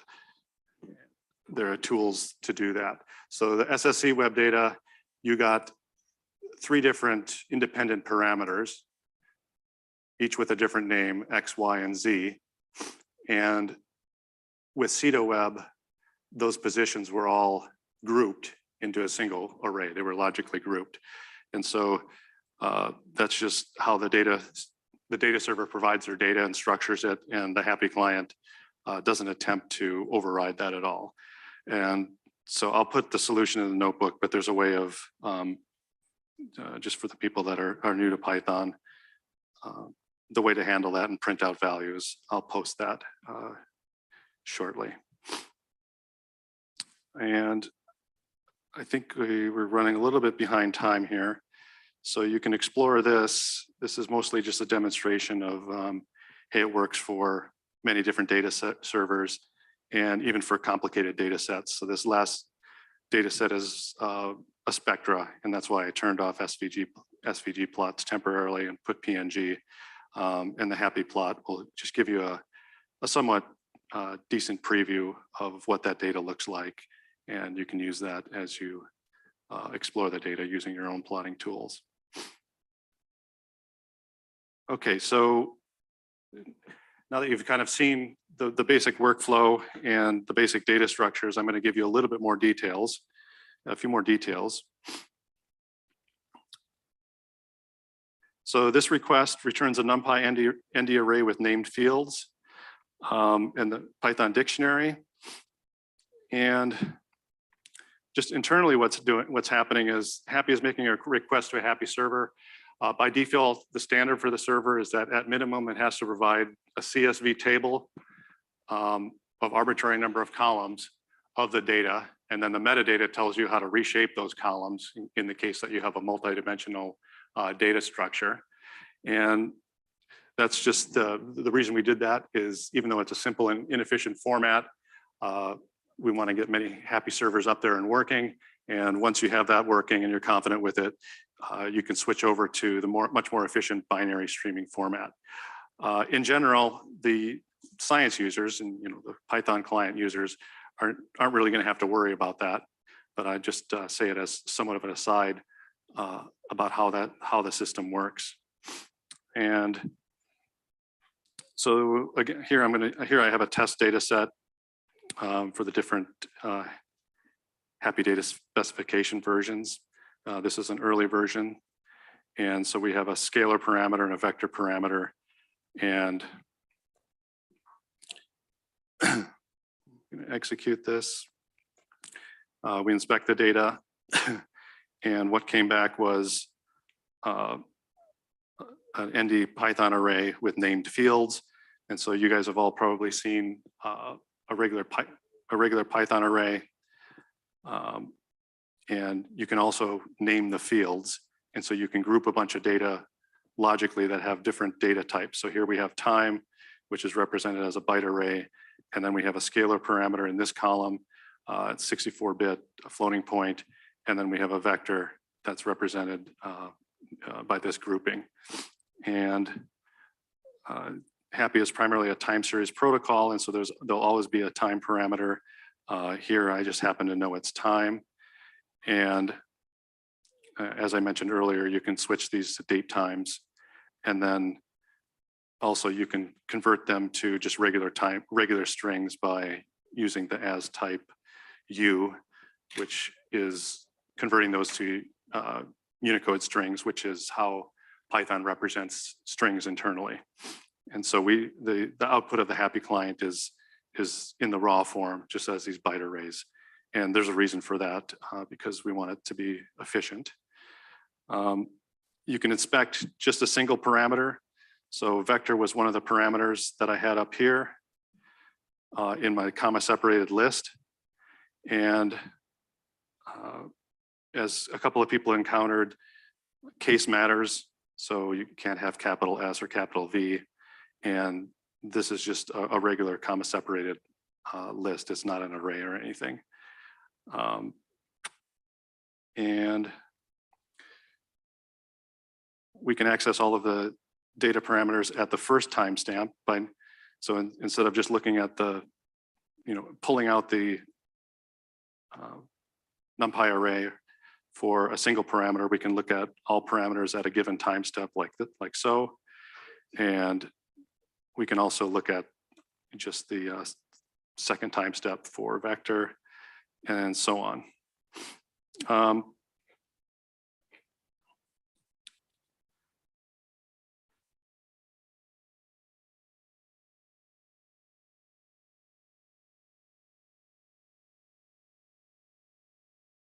just going to skip over that problem because we're running a little bit behind.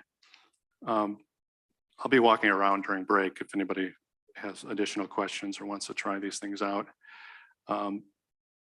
The representative time is as ISO 8601 strings with a few constraints. ISO 8601 allows you to do some pretty complicated expressions of time. And we say we just choose a subset of that. And so let me do this example here. This is the raw time parameter. And then this is converted to strings. And then there's a little trick that you can do. Is because the time arrays were represented as byte values, you can actually just do a logical comparison of them. So you can ask if the time values from the first element to the second to last element, if they're all less than their next values by doing this comparison. It might seem kind of strange doing a string comparison, but it works. And it's in part because we use that ISO convention. And so we actually use this internally when you want to constrain or extract a subset of a data blob. And then I'll also mention that we don't always know that the field in the data that comes back from the HAPI client is named time with a capital T.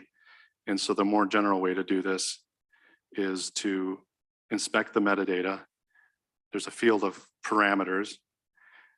And the very first element of that parameters is always the primary time index. And then we just get the name. Oops. So if I print time name here, it's going to just say the word time. And so that's a more general way to do things. But sometimes you just look at the data set and just do a print statement of the data set and you know what it's going to be. And again, I've covered conversion from Python bytes to UTF-8. And then this is just an example for people that are new with Python. This is an array.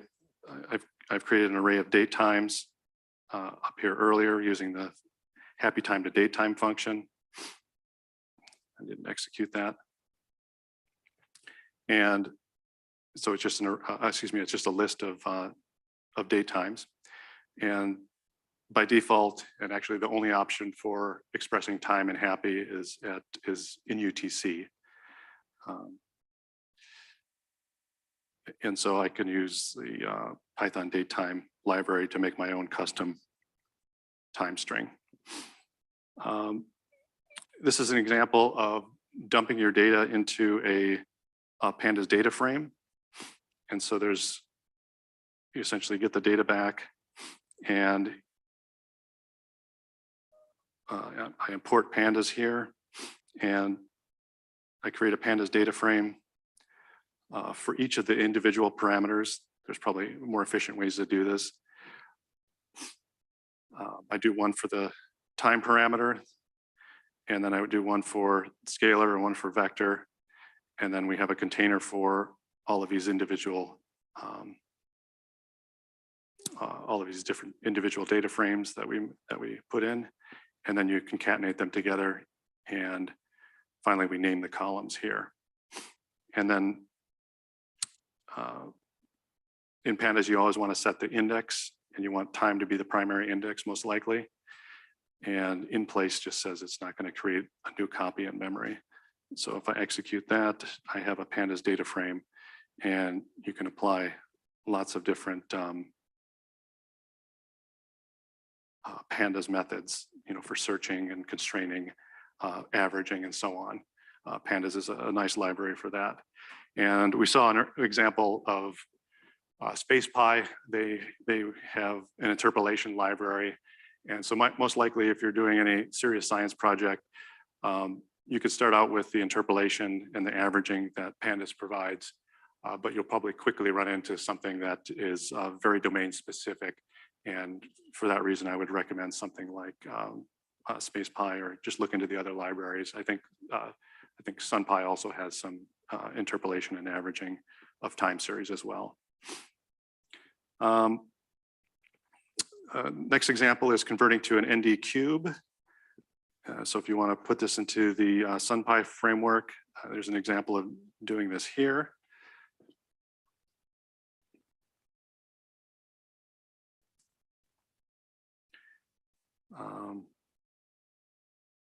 And then finally, there's, I have this commented out because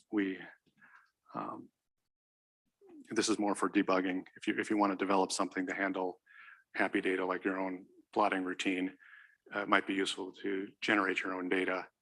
And this demonstrates how to create those ND arrays with named fields. And so most likely, unless you're a very advanced user, you won't want to do that. Okay, so I would like to leave the remaining 15 minutes before the break for you guys to work on any of these problems. I have 30 minutes. Okay, the 30 minutes. So the spectra? Oh, which one was that in? No, HAPI 01. Yeah, did that? So I think this is the last one, right? Yeah, I guess I wanted to make the point that we don't just do boring time series.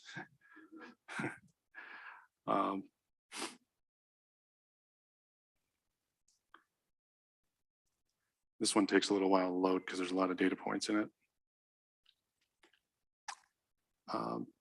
And just a little bit about the software, in case there's software developers here. Again, the HAPI plot package is essentially primarily dealing with the metadata and transforming that metadata into something that produces sensible plot labels. And then on the back end, it calls either time series or it calls something called heat map. And it's set up so that you can use a different back end plotter. You don't have to use the time series plotting that comes with it. So this is the spectra that comes out, and you can see it's pretty complicated.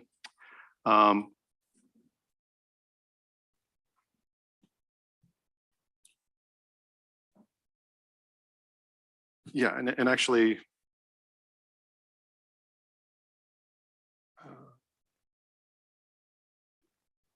where did I leave off?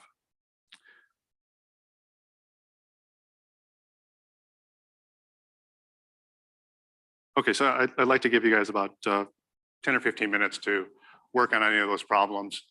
I'd like to identify where people are getting stuck and adjust my presentation accordingly. So take about 15 minutes, answer any of those yellow highlighted areas, and please ask questions. We'd like to know. Yes. Thank you.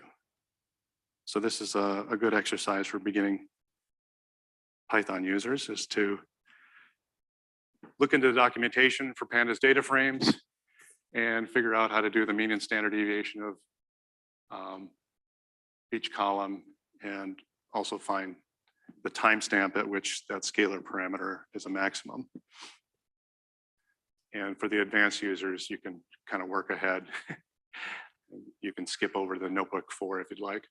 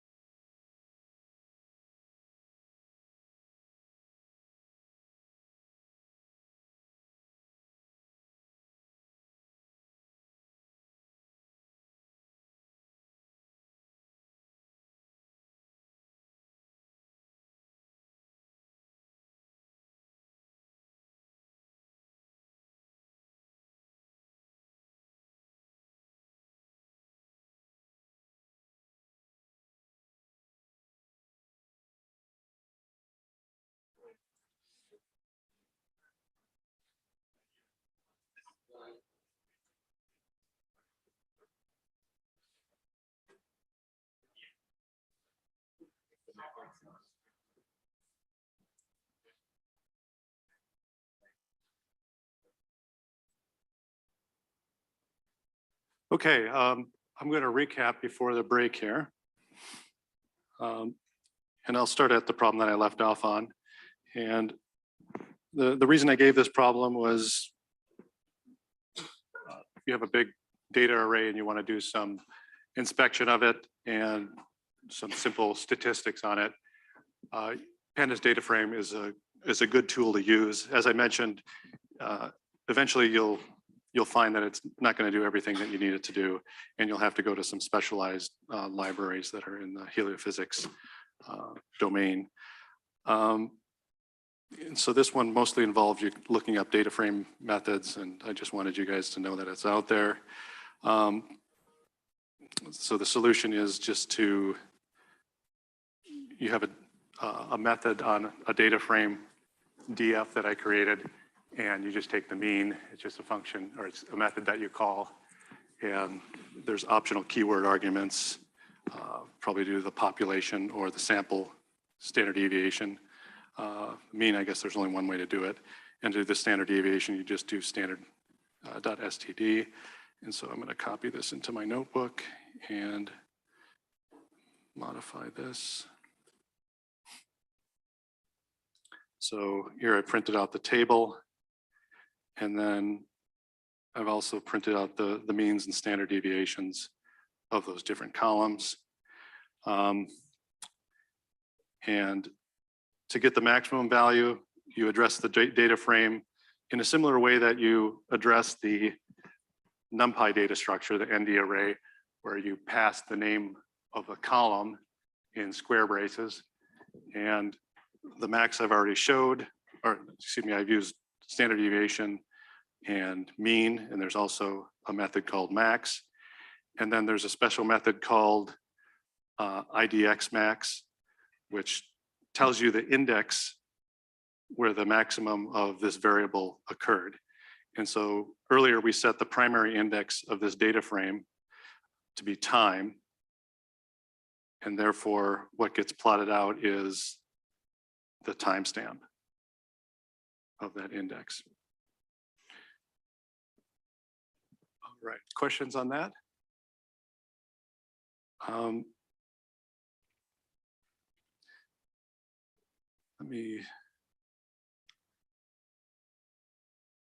Let me talk about this previous one. Find the yellow.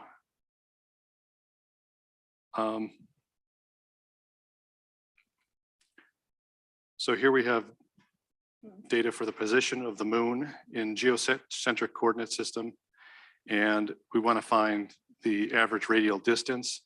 This is only the Cartesian X position of the moon, or the geocentric X position of the moon. And so to get the radial distance, we need other information.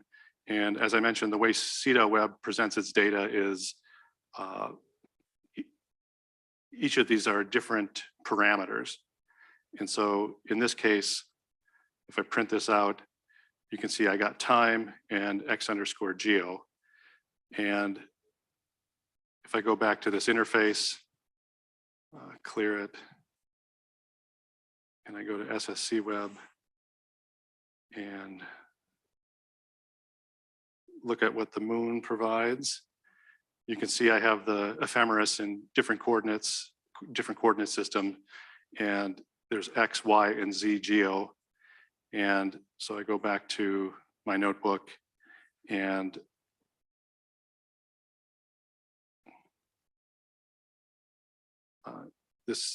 now I have all of the data that I need. And to find the radial distance, I could use a number of different methods. I can do just a regular NumPy method.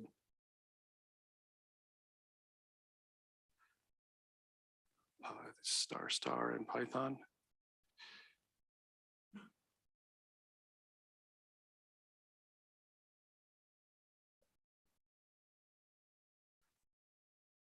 So something like this would be the radial distance.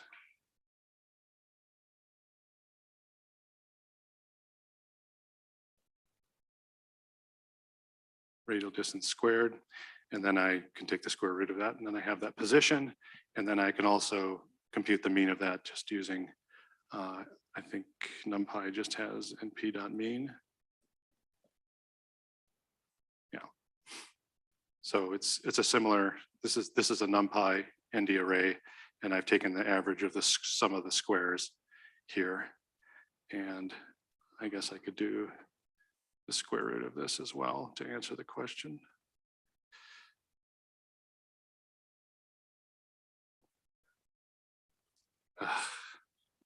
Python. Okay, so that's the average.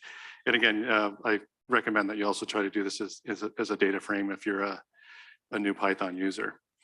We have about 6 minutes left, and I wanted to answer some questions that came up in Slack and also in person here. Somebody asked if there's a way to plot these different parameters with HAPI plot.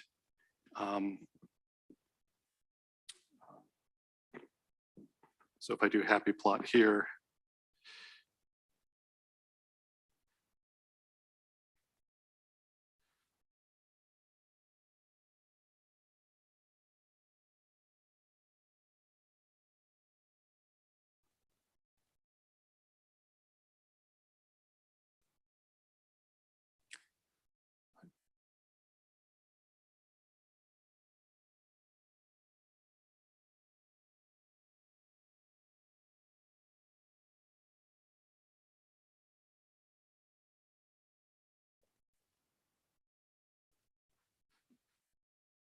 you get 3 different plots. And the question was, how do you combine all of those?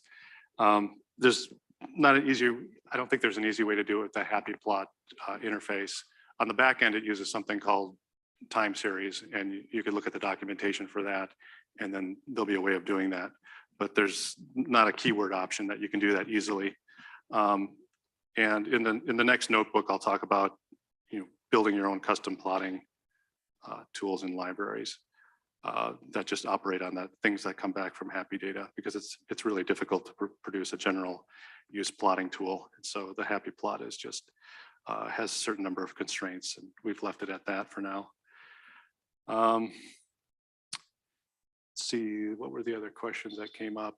Somebody asked about just generally about some of the data that comes back. They said some of the data servers provide really high resolution data, but they don't need that high of a resolution. Is there a way of querying a HAPI server and saying, give me 5 or 10 minute averages so I don't have to pull down all of this data? And the answer is that the HAPI specification at present doesn't have that capability. It's an extension that we might add in the future that certain servers can implement if they wanted. And in that case, through the HAPI Python client, for example, you can tell the server, please do the averaging on your server side and send me over the reduced data set. Many data providers will actually have different data sets that are at different cadences. So for example, CETA-Web, if you go here, if I look at here, look at one of their data sets, the Omni data set is a good example. They have 1 hour resolution, 1 minute, 5 minute. And so that's typically how it's done in the data environment. Let's see, what were the other questions that came up?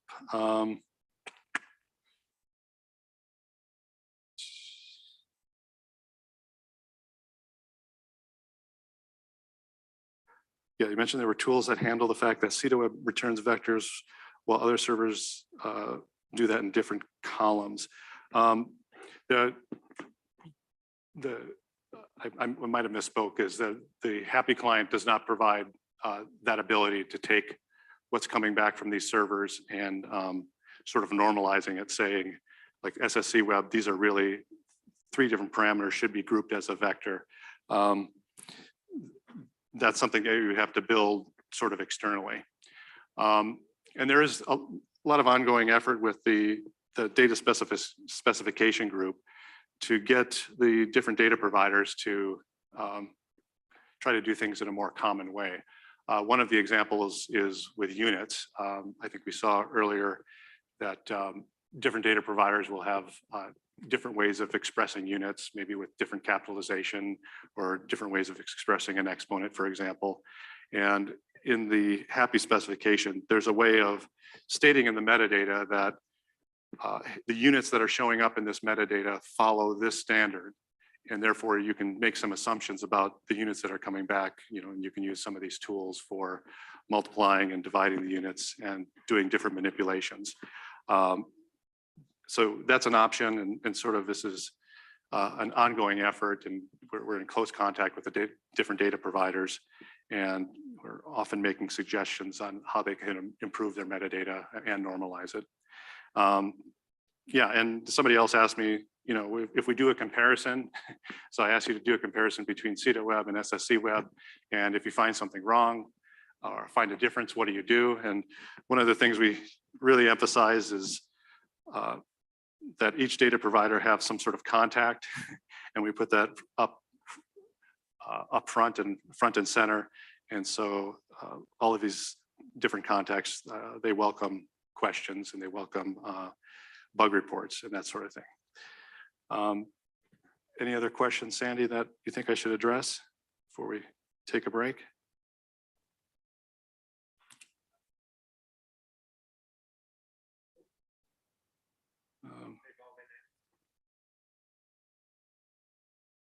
Okay, so I will work during the break to post solutions and answer questions to anybody that's working.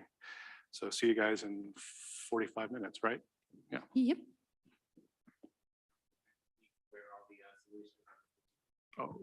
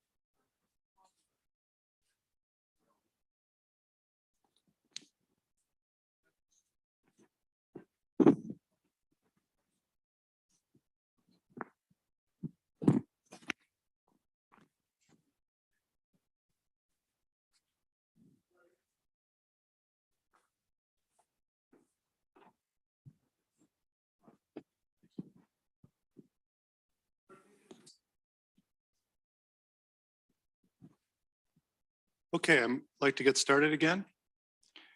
And just to reset where we are, we're in part 2 or part 3.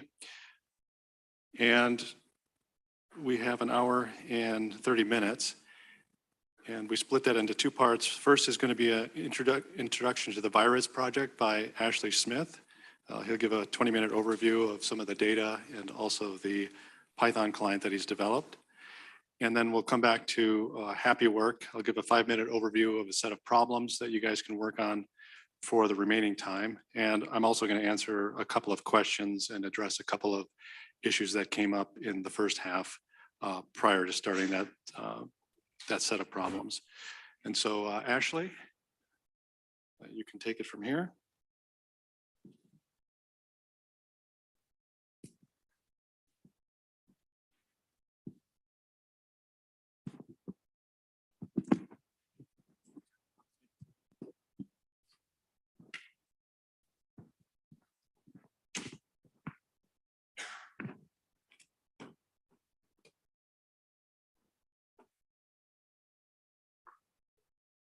Do you need to stop screen sharing?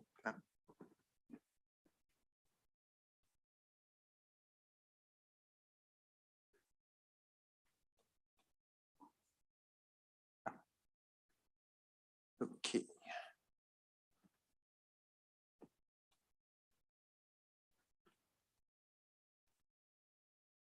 Okay, so I've just introduced myself quickly. So I'm a postdoc at the University of Edinburgh, but I work as part of Swarm DISC, which is the Data Innovation and Science cluster for Swarm, which is a consortium of nearly 30 institutions and companies which provide services and higher level data products for Swarm. And I work closely with EOX, which is a private company which developed this service called Pfss, which gives a really nice way to discover and interact with the Swarm data. So what is Swarm? So Swarm is one of ESA's Earth explorers, and it is of course the best one because it not only looks down towards Earth's core, but reaches up into the Heliosphere as well. But there are 3 Swarm spacecraft, identical, but in slightly different orbits, low Earth. And so there are 2 flying side by side at a lower altitude and 1 at a higher altitude at a different local time. And this is all to monitor Earth's magnetic fields. So here's a bit of a overview of some of the different things you can do just with the magnetic data from Swarm. So the top left there is some visualization from a dynamo, a geodynamo model, which is informed by data from Swarm. So there are 2 kind of key objectives with Swarm. One is monitoring fields from within the Earth and fields from above the surface of the Earth. So the bottom left there you have a global model of the lithospheric field and a zoomed in view with a higher resolution. And top right there is magnetic field from the polar currents. And I didn't realize that's in the way there.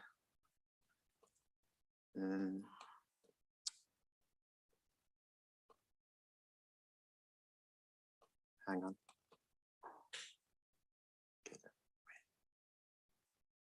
Yeah, and if this is going to work, yeah. So this is a model of the mid-latitude magnetic fields. So it's basically the SQ system there. And again, you have similar thing with the magnetospheric fields, so the ring current and a bit of the magnetopause current. And these are models that are generated from the Swarm data. This is showing the vertical magnetic field at Earth's surface.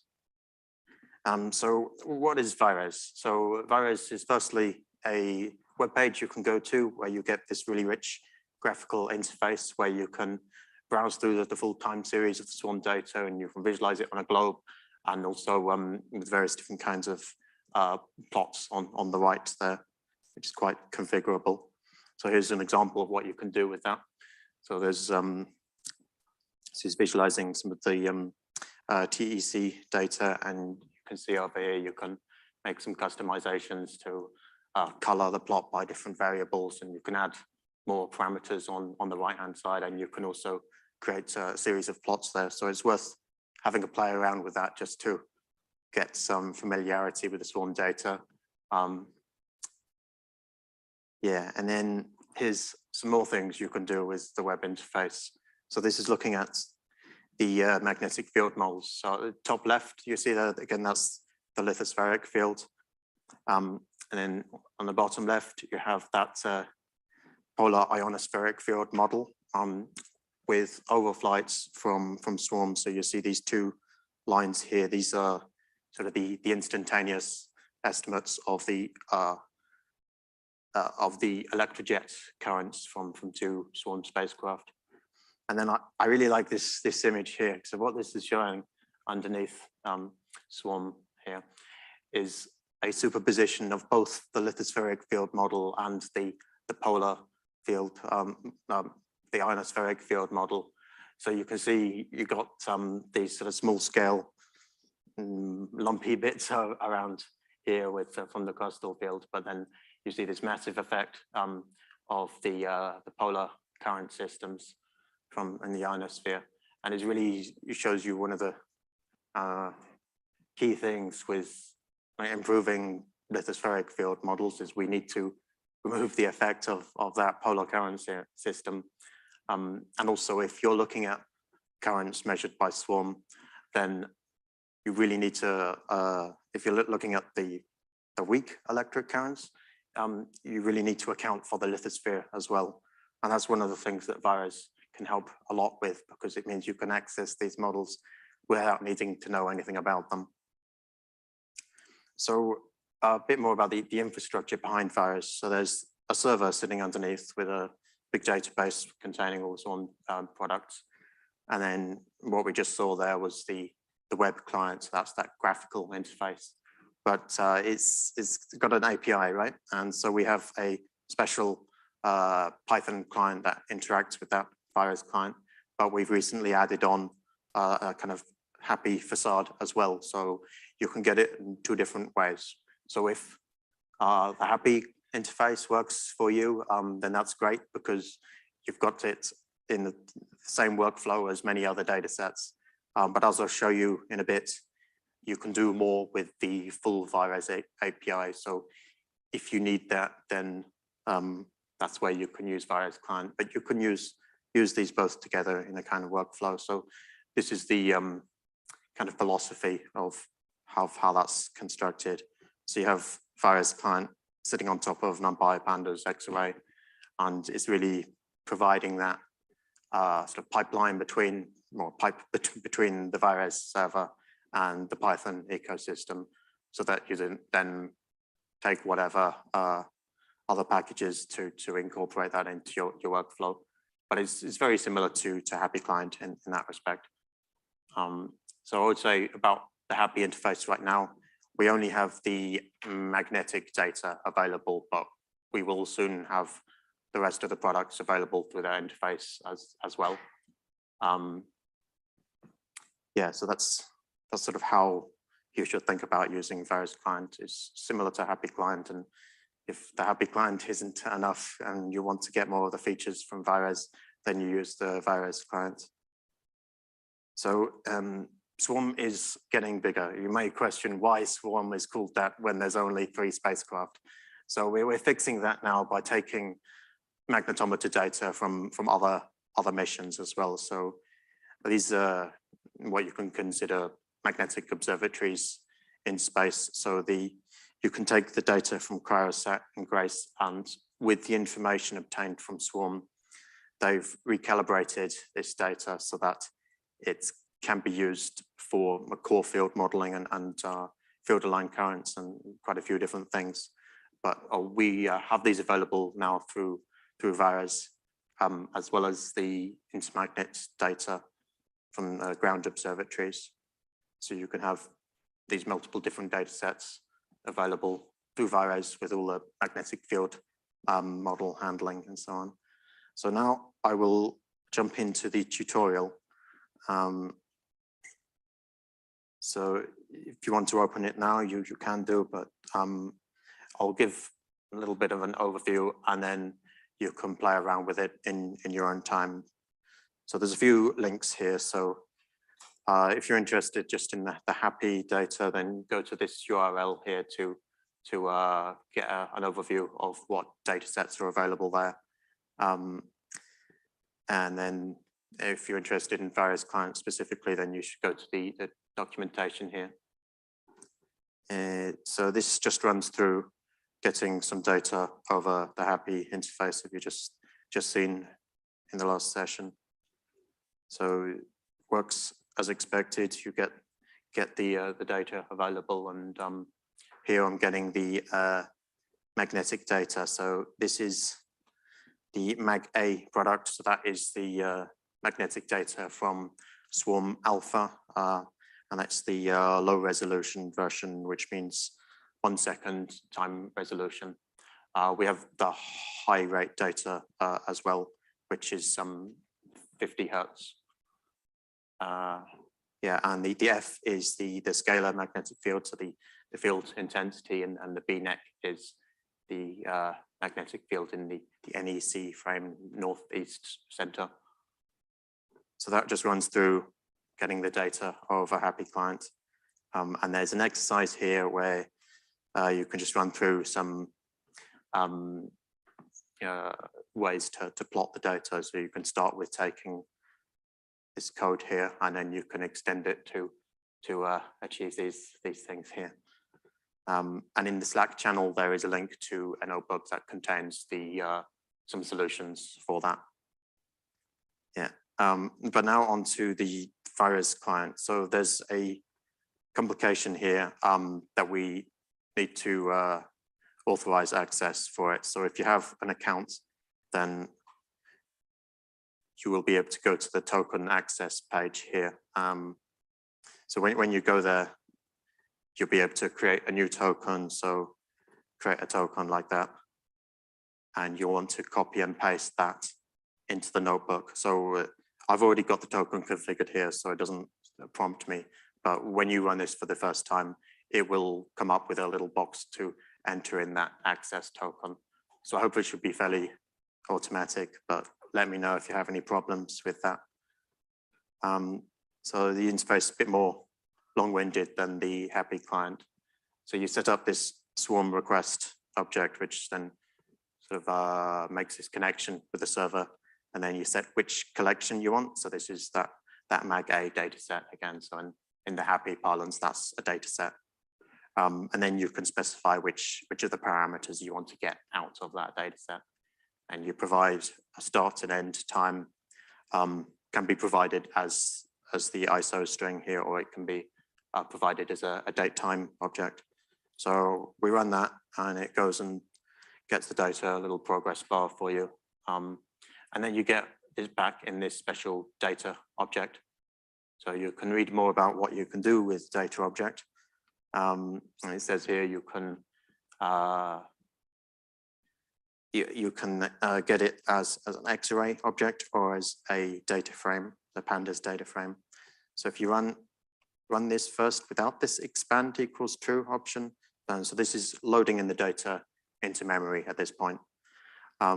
And you see here it's got the B-neck data all compressed into one column, but you probably want to split that out into multiple columns. So this is a useful extra thing I put in there to split it out into the separate columns. But this kind of motivates usage of X-array. So X-array is very similar to Pandas, but it handles multi-dimensional data better, as well as handling the metadata. So you see here, you get this rich view of the data that you've got here. You can click on here to see just description and units. And here you can see it's actually just it's a NumPy array underneath, just like with Pandas. So you see the B-neck data there. Now you can see that, oh, it's in the nanoteslas unit. And again, you've got the array underneath there. So if you want to extract out the array, then you can simply do something like that. And if you do dot values, then you'll get the array out. You can see also here, there's this attrs attribute there, which prints out these the units and description that's attached to each of the parameters. So there's an exercise here that just asks you to get the data of a HAPI client and Pfss client and compare the two just to check that they are in fact the same data. So I'm going to carry on down here for now. So I mentioned that you have magnetic field model handling in Pfss as well. So if in here you specify as well the IGRF model, as well here there's another option, auxiliaries. which can get other parameters that are not available from within the collection.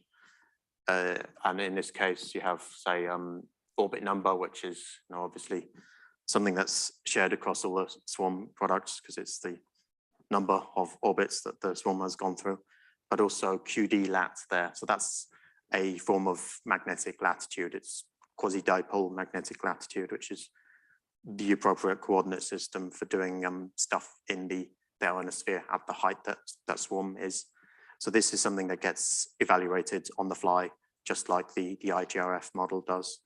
So if you run that again, you get your progress bar and you get your data set out. So you see here the difference before is that before we only had the F and the BNEC. Now we have a F IGRF and a BNEC IGRF. So these are the model evaluations at the same points as the data. So if you're interested in just the ionospheric field, then you want to subtract that off. But if you go through some of the documentation later, you'll see that you probably want to go a bit beyond IGRF. So one of the models there is chaos, and you can write in chaos core to get the core field model from chaos. And there's a lot of things you can do in here actually, because you can combine models together, like there's a chaos core field model, and there is a chaos, see if I remember this correctly.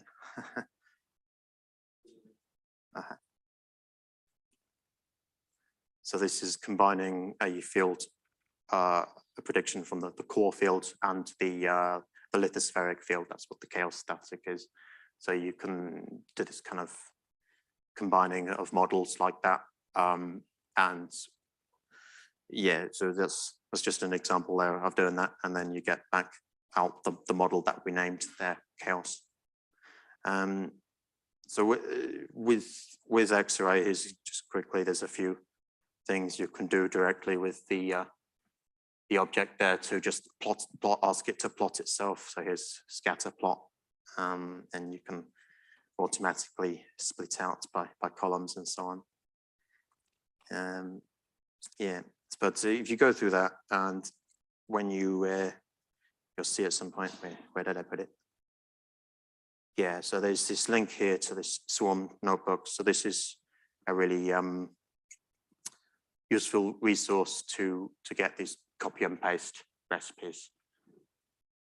So it's also linked to our own Jupyter Hub. So if you go here, you press that magic button, it'll spin up our Swarm Jupyter Hub and pull this repository in to look at the notebooks.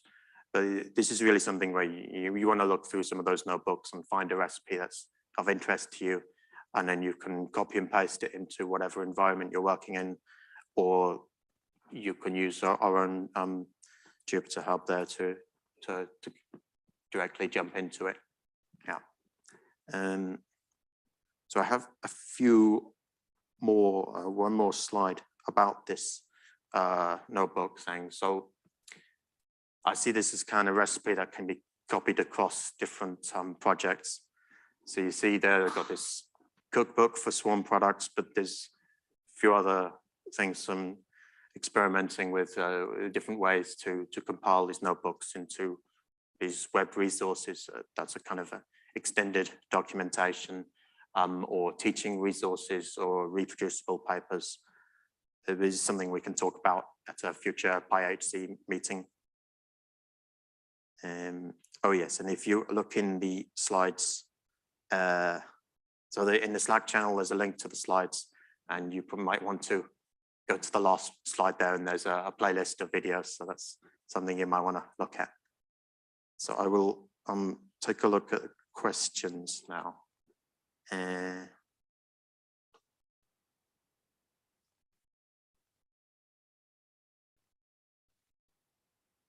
on.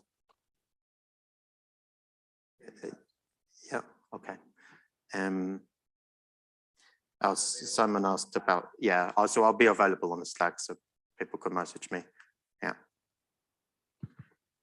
We actually do have a couple questions in Slack. Yeah, I'm just trying to find them.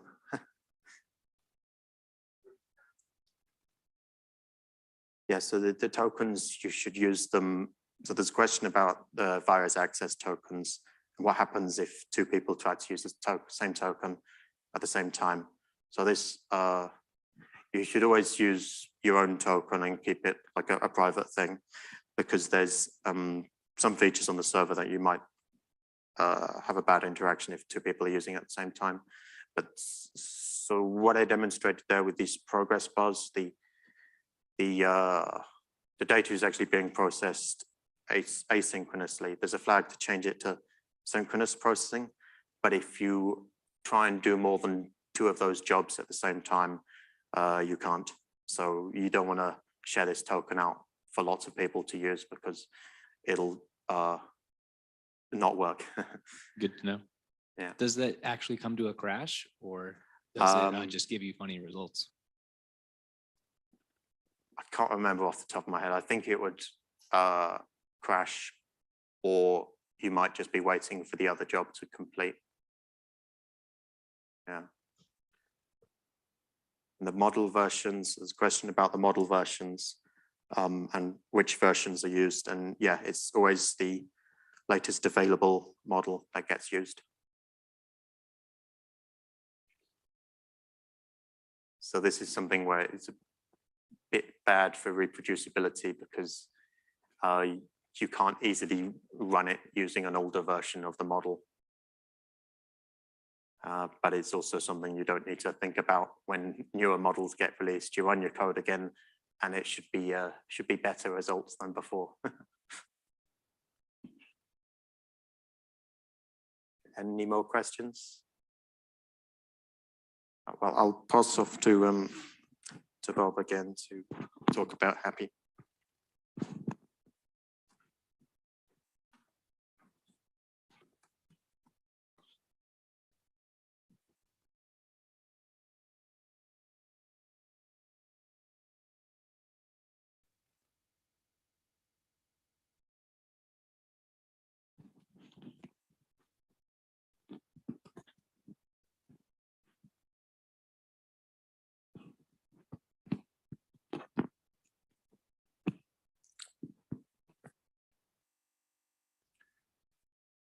Okay, I'm back.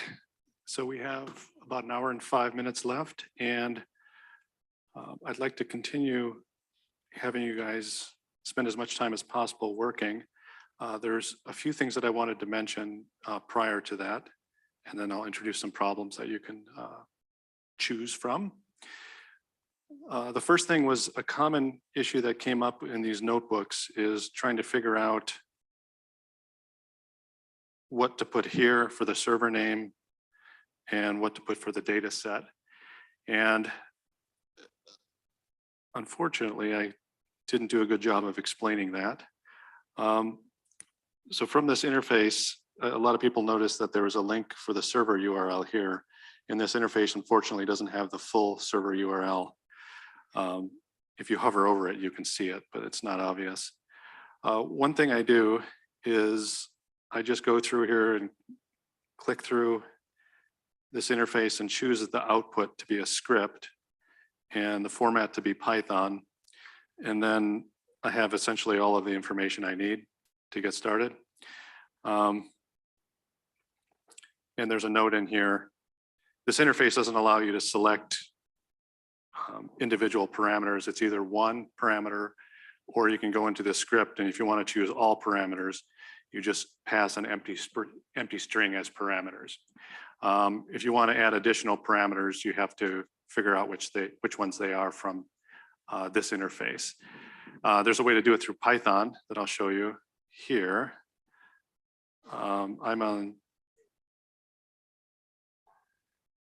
If I go to the second notebook, HAPI-02 notebook, I'm describing how to do, in section 9, I'm describing how to do more with the HAPI metadata.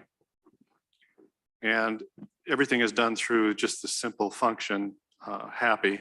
And so if you pass it no parameters, it'll just return a list of all of the known HAPI servers. And to get that list, it goes out and queries a GitHub site where people register their servers, their HAPI servers.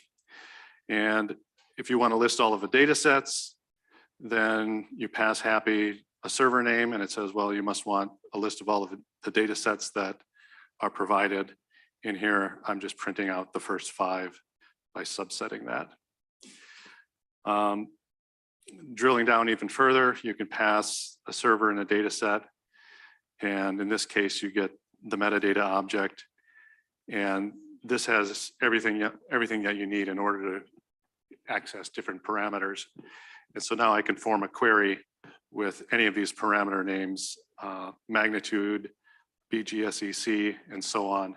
I just, in my HAPI call, I just insert these parameter names as a comma separated list as the parameter variable, and I'll get those. And again, if you want all of them, just pass parameters as an empty string.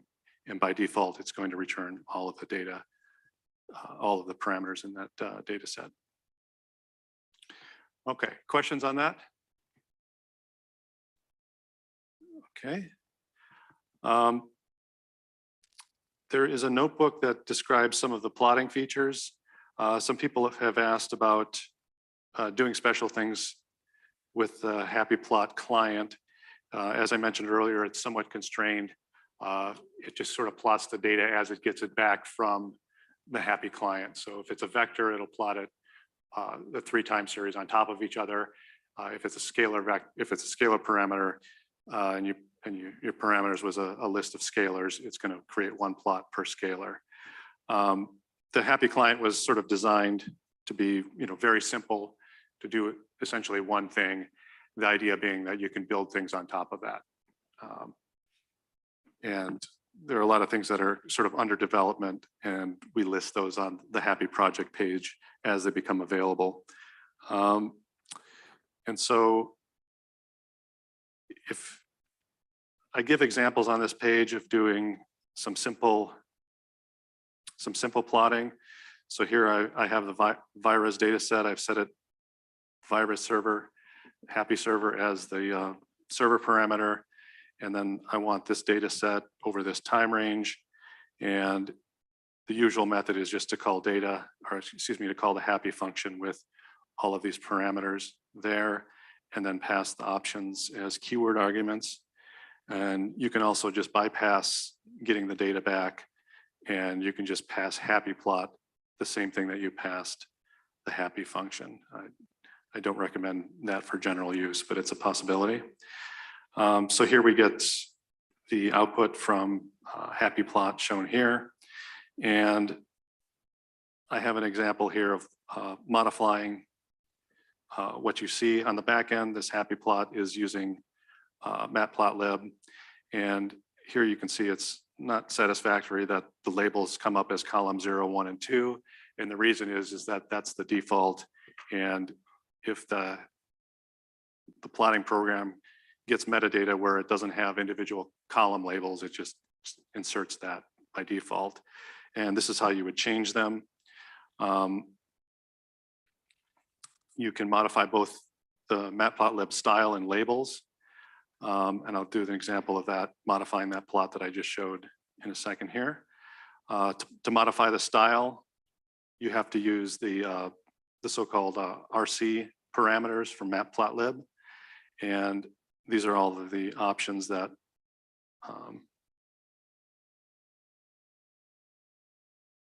used to work yesterday.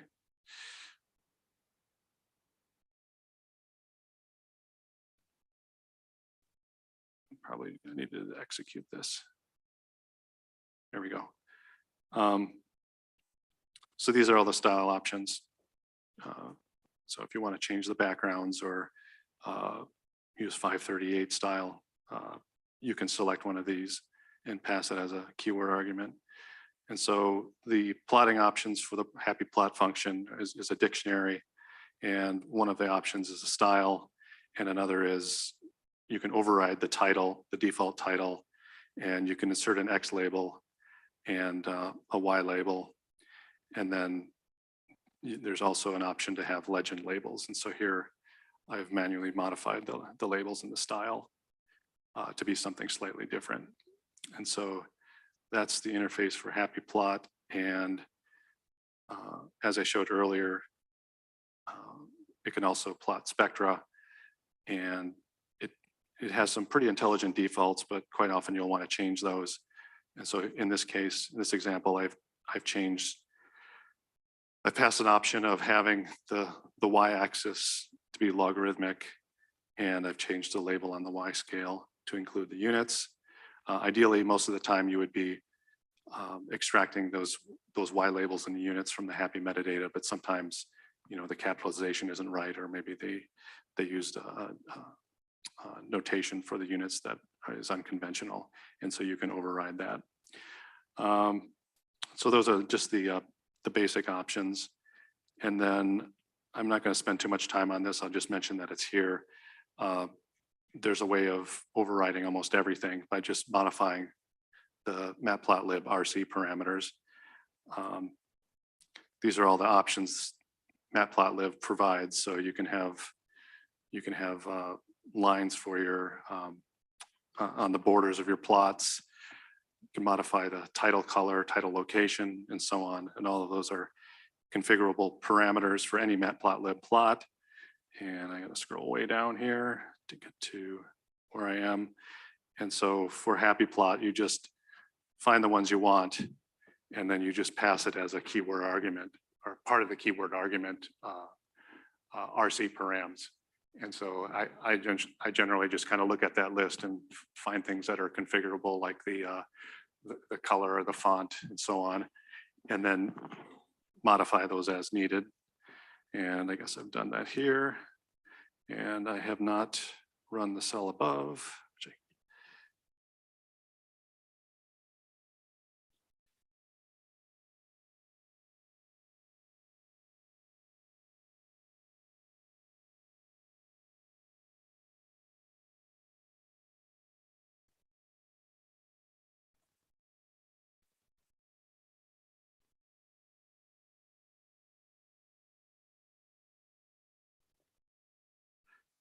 Yeah, and so this is just a way you can modify the styles on your own. And then I have this commented out, but you can also get the actual bytes for the image back. And so when you call HAPI plot, it'll make a copy of the metadata, and then associated with each parameter that was in the metadata list, there'll be an image, and you can just have that, and you can either show it in a window or you can save it as a PNG file and just directly. So that's a pretty advanced option. And then there's also a way of modifying the figure after creation. It's not possible to do that in a notebook because of the way the notebooks handle the matplotlib plotting. But there's examples of how you do that. So if you want to create the plot, look at it, and then afterwards modify some of those RC parameters, it's possible to do that. Okay, and so I have an example of here of just using the HAPI client and then just using plain old matplotlib. The key pieces are here is in the metadata that you get back, you have a key called parameters, which is a list. And the first element of that list is always the time parameter. And we saw in Ashley's demo that they use a time parameter called timestamp. And so in general, you'll want to do something like this. Always ask for the 0th thing, and that's going to be the time parameter. And then parameter 1, that's the first or the second parameter in that list. You obtain its name by using this syntax. And then so here, I've taken that and just passed it to matplotlib, and it uses the default matplotlib style for the time axis labeling. And you know, matplotlib is infinitely configurable, so you can go nuts trying to make adjustments there. This is a problem that I'm just I'll have you guys consider as a possibility to work on. I'm not going to pause right now because I wanted to show one last thing before I go to the last notebook, which is on the general problems. I talked already about dumping all of the data into a Pandas data frame. And so this is a repeat of that code that I showed earlier, where we take, we create a data frame for one of the parameters, and then we create a data frame for the time parameter. We say that we want the index to be the time, and you'll almost always want to do that, to be the time parameter. And then here I'm renaming the columns. This vector didn't have individual column names. And so in a Pandas data frame, you can reset those or choose your own. And then when I display it, now the columns come up as X, Y, and Z instead of column 0, 1, and 2, or whatever the defaults were. And finally, Pandas comes with its own plotting routines, plotting methods that are on top of a data frame. We saw that with SunPy and almost every Python library out there will provide some sort of plot method on top of their data object, I guess with the exception of NumPy. And so here, if I do data frame.plot, on the back end, it's calling matplotlib, and it's doing making some decisions based on the Pandas code base. And you get something here. They have a different style for their time formatting, and they have labeled the axes, or excuse me, they have labeled each individual time series based on the column names. Okay, and then finally, you'll hear more about PySpeedos and PyTplot. PySpeedos is a data access library in part. PyTplot is sort of takes the data from PySpeedos and has some plotting routines. And PySpeedos has wrapped the HAPI library. So if you're just a PySpeedos user, you can install their package, and then they internally use the HAPI client to pull data into their package. And their syntax is somewhat similar in the sense that you set up a server, data set parameters, and so on.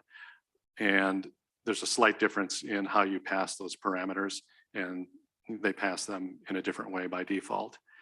And so here you get an object back from calling the PySpeedos HAPI client, and then you pass that object to PyTplot, and it'll make a plot of those things for you. And so that's yet another option for plotting. All right, let me check questions on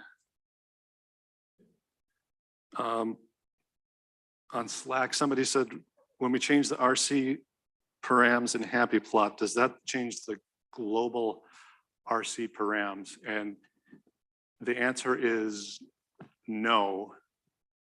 Matplotlib has kind of an annoying thing where they have this global object. And if you're trying to do things in parallel and you're changing the RC parameters, you can get some interference between different threads. And I'm pretty sure the HAPI plot is set up to work around that issue. And so it uses a context manager. It passes the RC params essentially within a context manager. So it shouldn't affect the global RC parameters. And if it does, it's an error and we should know about it.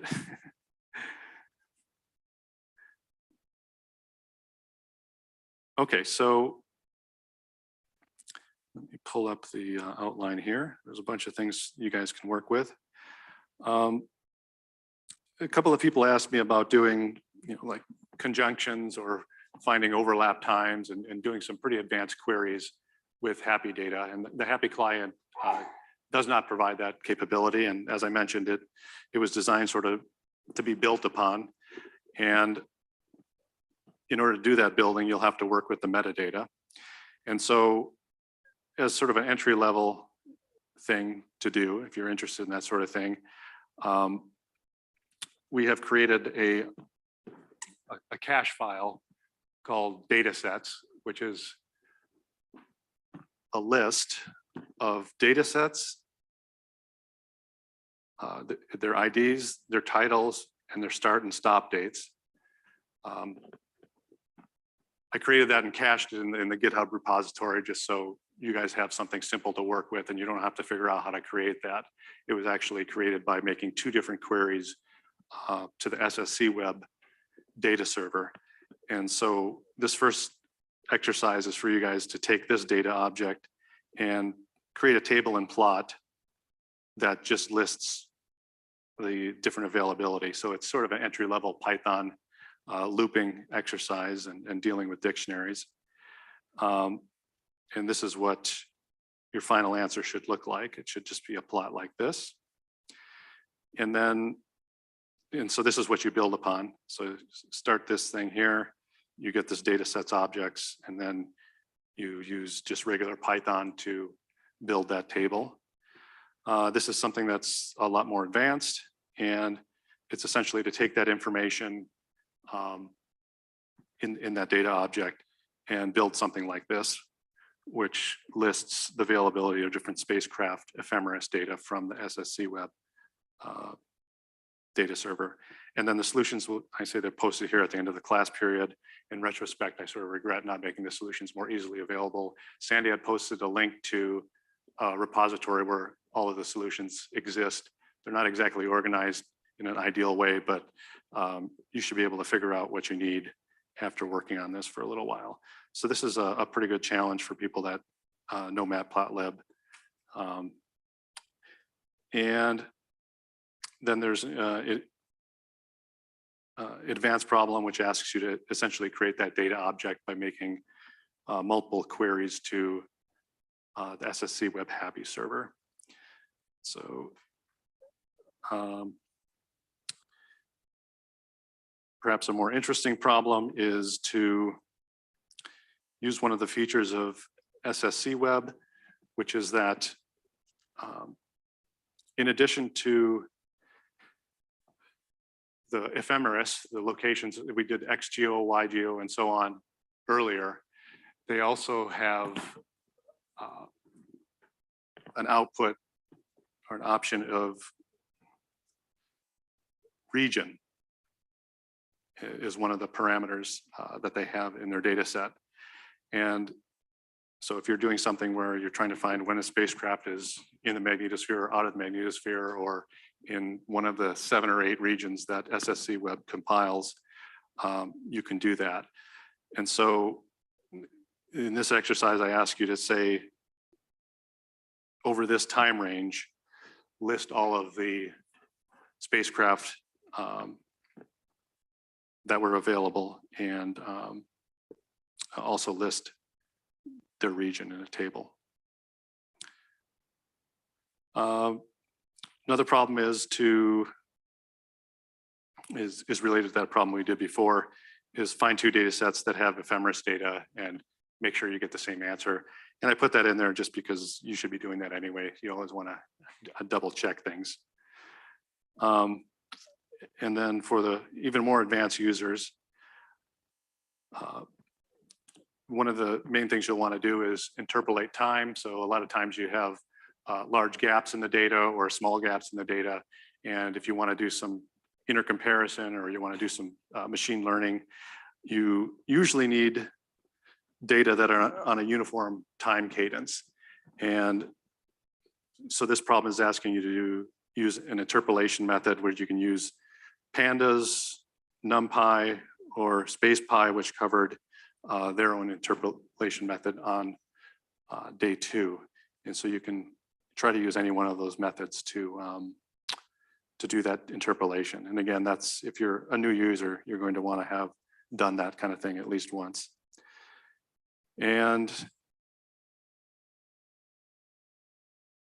another problem that I have with SpacePy that involves SpacePy is to take the SSC web data set, which has data in different coordinate systems, and to take that and also do the transformation in SpacePy. So in other words, use SSC web to get the GSE and GSM values, and then use SpacePy to take the GSE values from SSC web and do the transform and see if you get the same answer. And then there's finally, for people that want to compare with the SunPy data, there's a suggestion here on taking one of the time intervals that they considered on Monday and looking at some data that are just upstream of the magnetosphere and finding something interesting. And it's good practice to sort of explore both that, that interface of where it shows all of the different HAPI servers and finding something that's interesting, and also using the heliophysics data portal to find different data sets and when they're available, and building a nice stack of plots that allow you to do some sort of scientific interpretation. Okay, and before I turn it over to you guys to work, I will check what do the region names mean. I already answered, okay.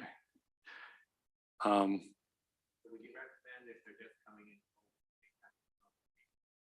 Yeah, if you're just coming in cold, I suggest starting with this problem or one of the problems that were covered earlier in the notebooks. And there's, yeah, this is, if you're a new Python user, I would recommend 3.1, just getting practice with the Python syntax. And I saw some people doing some pretty advanced things, and that's why I threw in some more interesting suggestions or some more complex problems. Yeah, okay.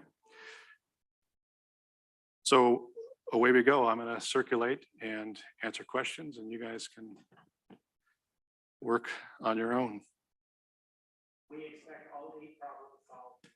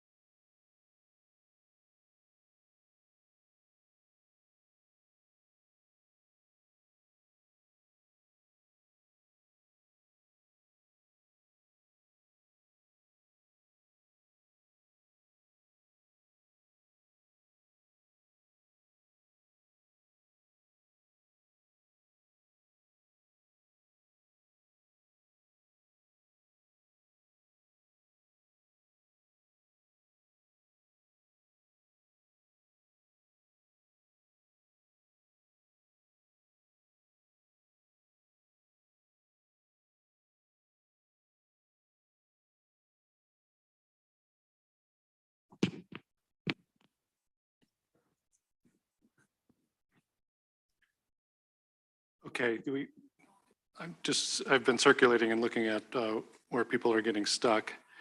And I just wanted to mention some hints here for this first problem.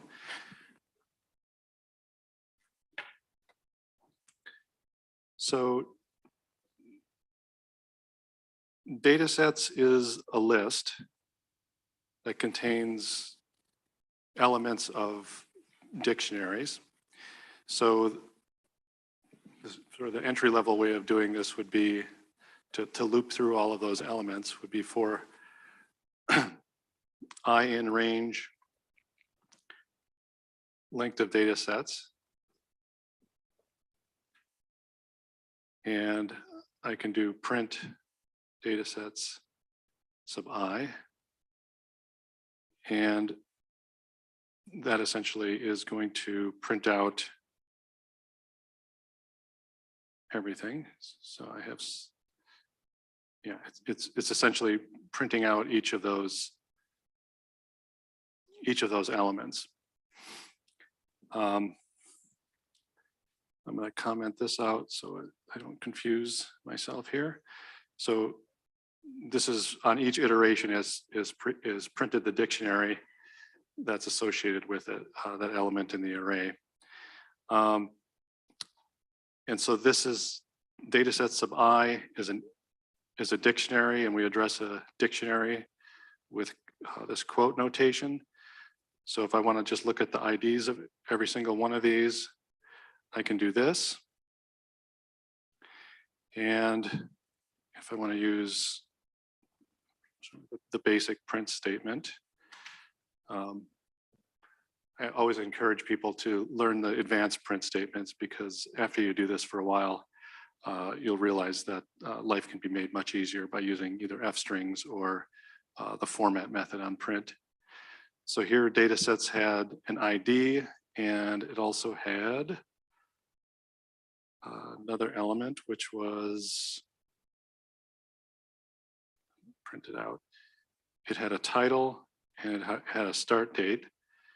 So I'm going to do that here and comment this guy out. And so now I've printed out the data set plus start date, and then I can extend this to add the stop date. So this is sort of the most basic syntax that you can come up with to print out elements of a list, is you do for I in range of length of data sets. And then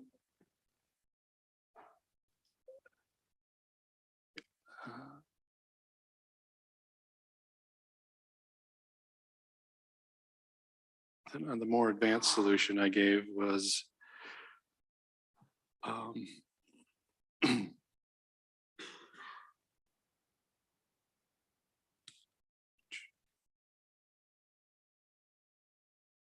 was using an F string, and enumerate. So if you have a list, one of the convenience methods that Python has is called enumerate. And here I use this syntax. Comment this out.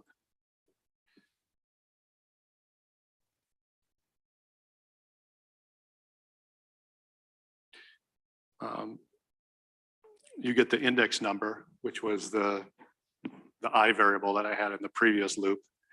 And then you also get the data set. So if you just want to print the data set and its ID, you can do it this way. And so you can see that instead of having data sets subscript I, this enumerate returns two things on each iteration. One is the index, the ordinal index of the element of the list, and then the second being the actual thing that's stored in that element of the list. So this is another way of doing it. And then there's something called F strings in Python. So if you want to intermix, so instead of doing something like this,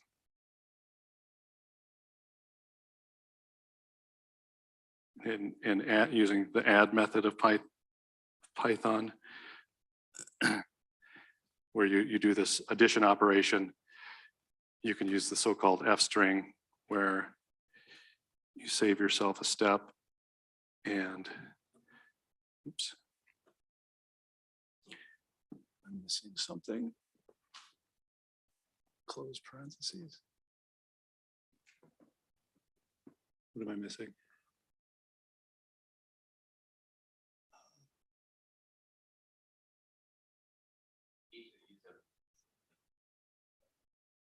Oh yeah, I have mixed quotations, that old problem. Yeah, thank you. That's a downside of the F strings is you got to remember to interlace your quoting. So if I use double quotes to wrap the entire thing internally, I can only use single quotes or vice versa.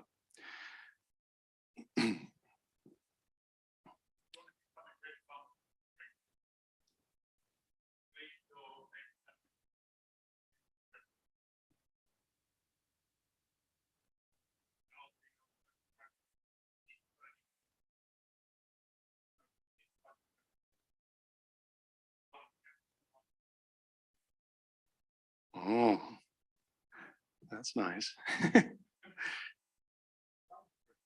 Yeah. Yeah.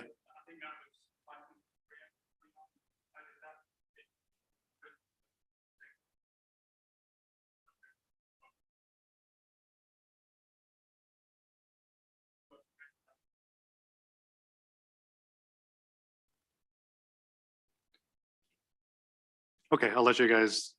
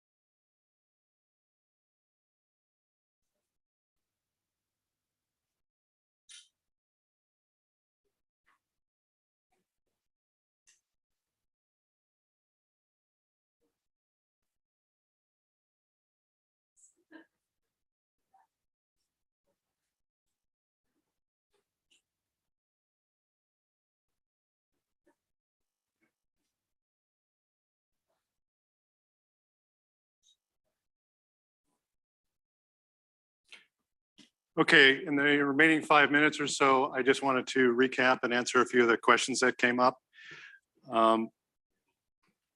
First of all, as I mentioned earlier, I kind of regret not including the solutions within the notebook. Sandy has posted the solutions which are located at a different GitHub page. So if you go to this link and you go under the miscellaneous directory, you can see solutions for the different problems. So you're welcome to look through those. I think what I'm going to do over the next day or so is integrate the solutions right into the notebook so they're easy to kind of follow and read along. And I'll post an update in Slack when that's ready. There were a couple of questions about doing some kind of advanced queries with the HAPI client, especially with SSC Web. Essentially, the HAPI client just, you give it a server data set parameter, start stop time, and it gives you the data. To do complicated things like conjunctions or finding when two spacecrafts are in a different region, you have to build something on top of that. And as I mentioned, if you've built something like that that does some sort of analysis based on what's coming back through HAPI client, please let us know. We'll post a link and let other people know about the availability. And some of the problems, some of the advanced problems here that I'll have solutions for are sort of a starting point for building a sort of an advanced user interface on all of the data sets that are available through the HAPI protocol. And I think that mostly concludes the questions, unless there's a question in person here. Okay. I guess we have a few minutes left, and I just wanted to thank the organizers. They've done a really great job, and also the support team. Having a classroom of 40 or 50 people, and also 200 people online. It's not something I want to try to do, and it's gone very, very smoothly. And so I appreciate all the effort that they put into there, into that. Thank you.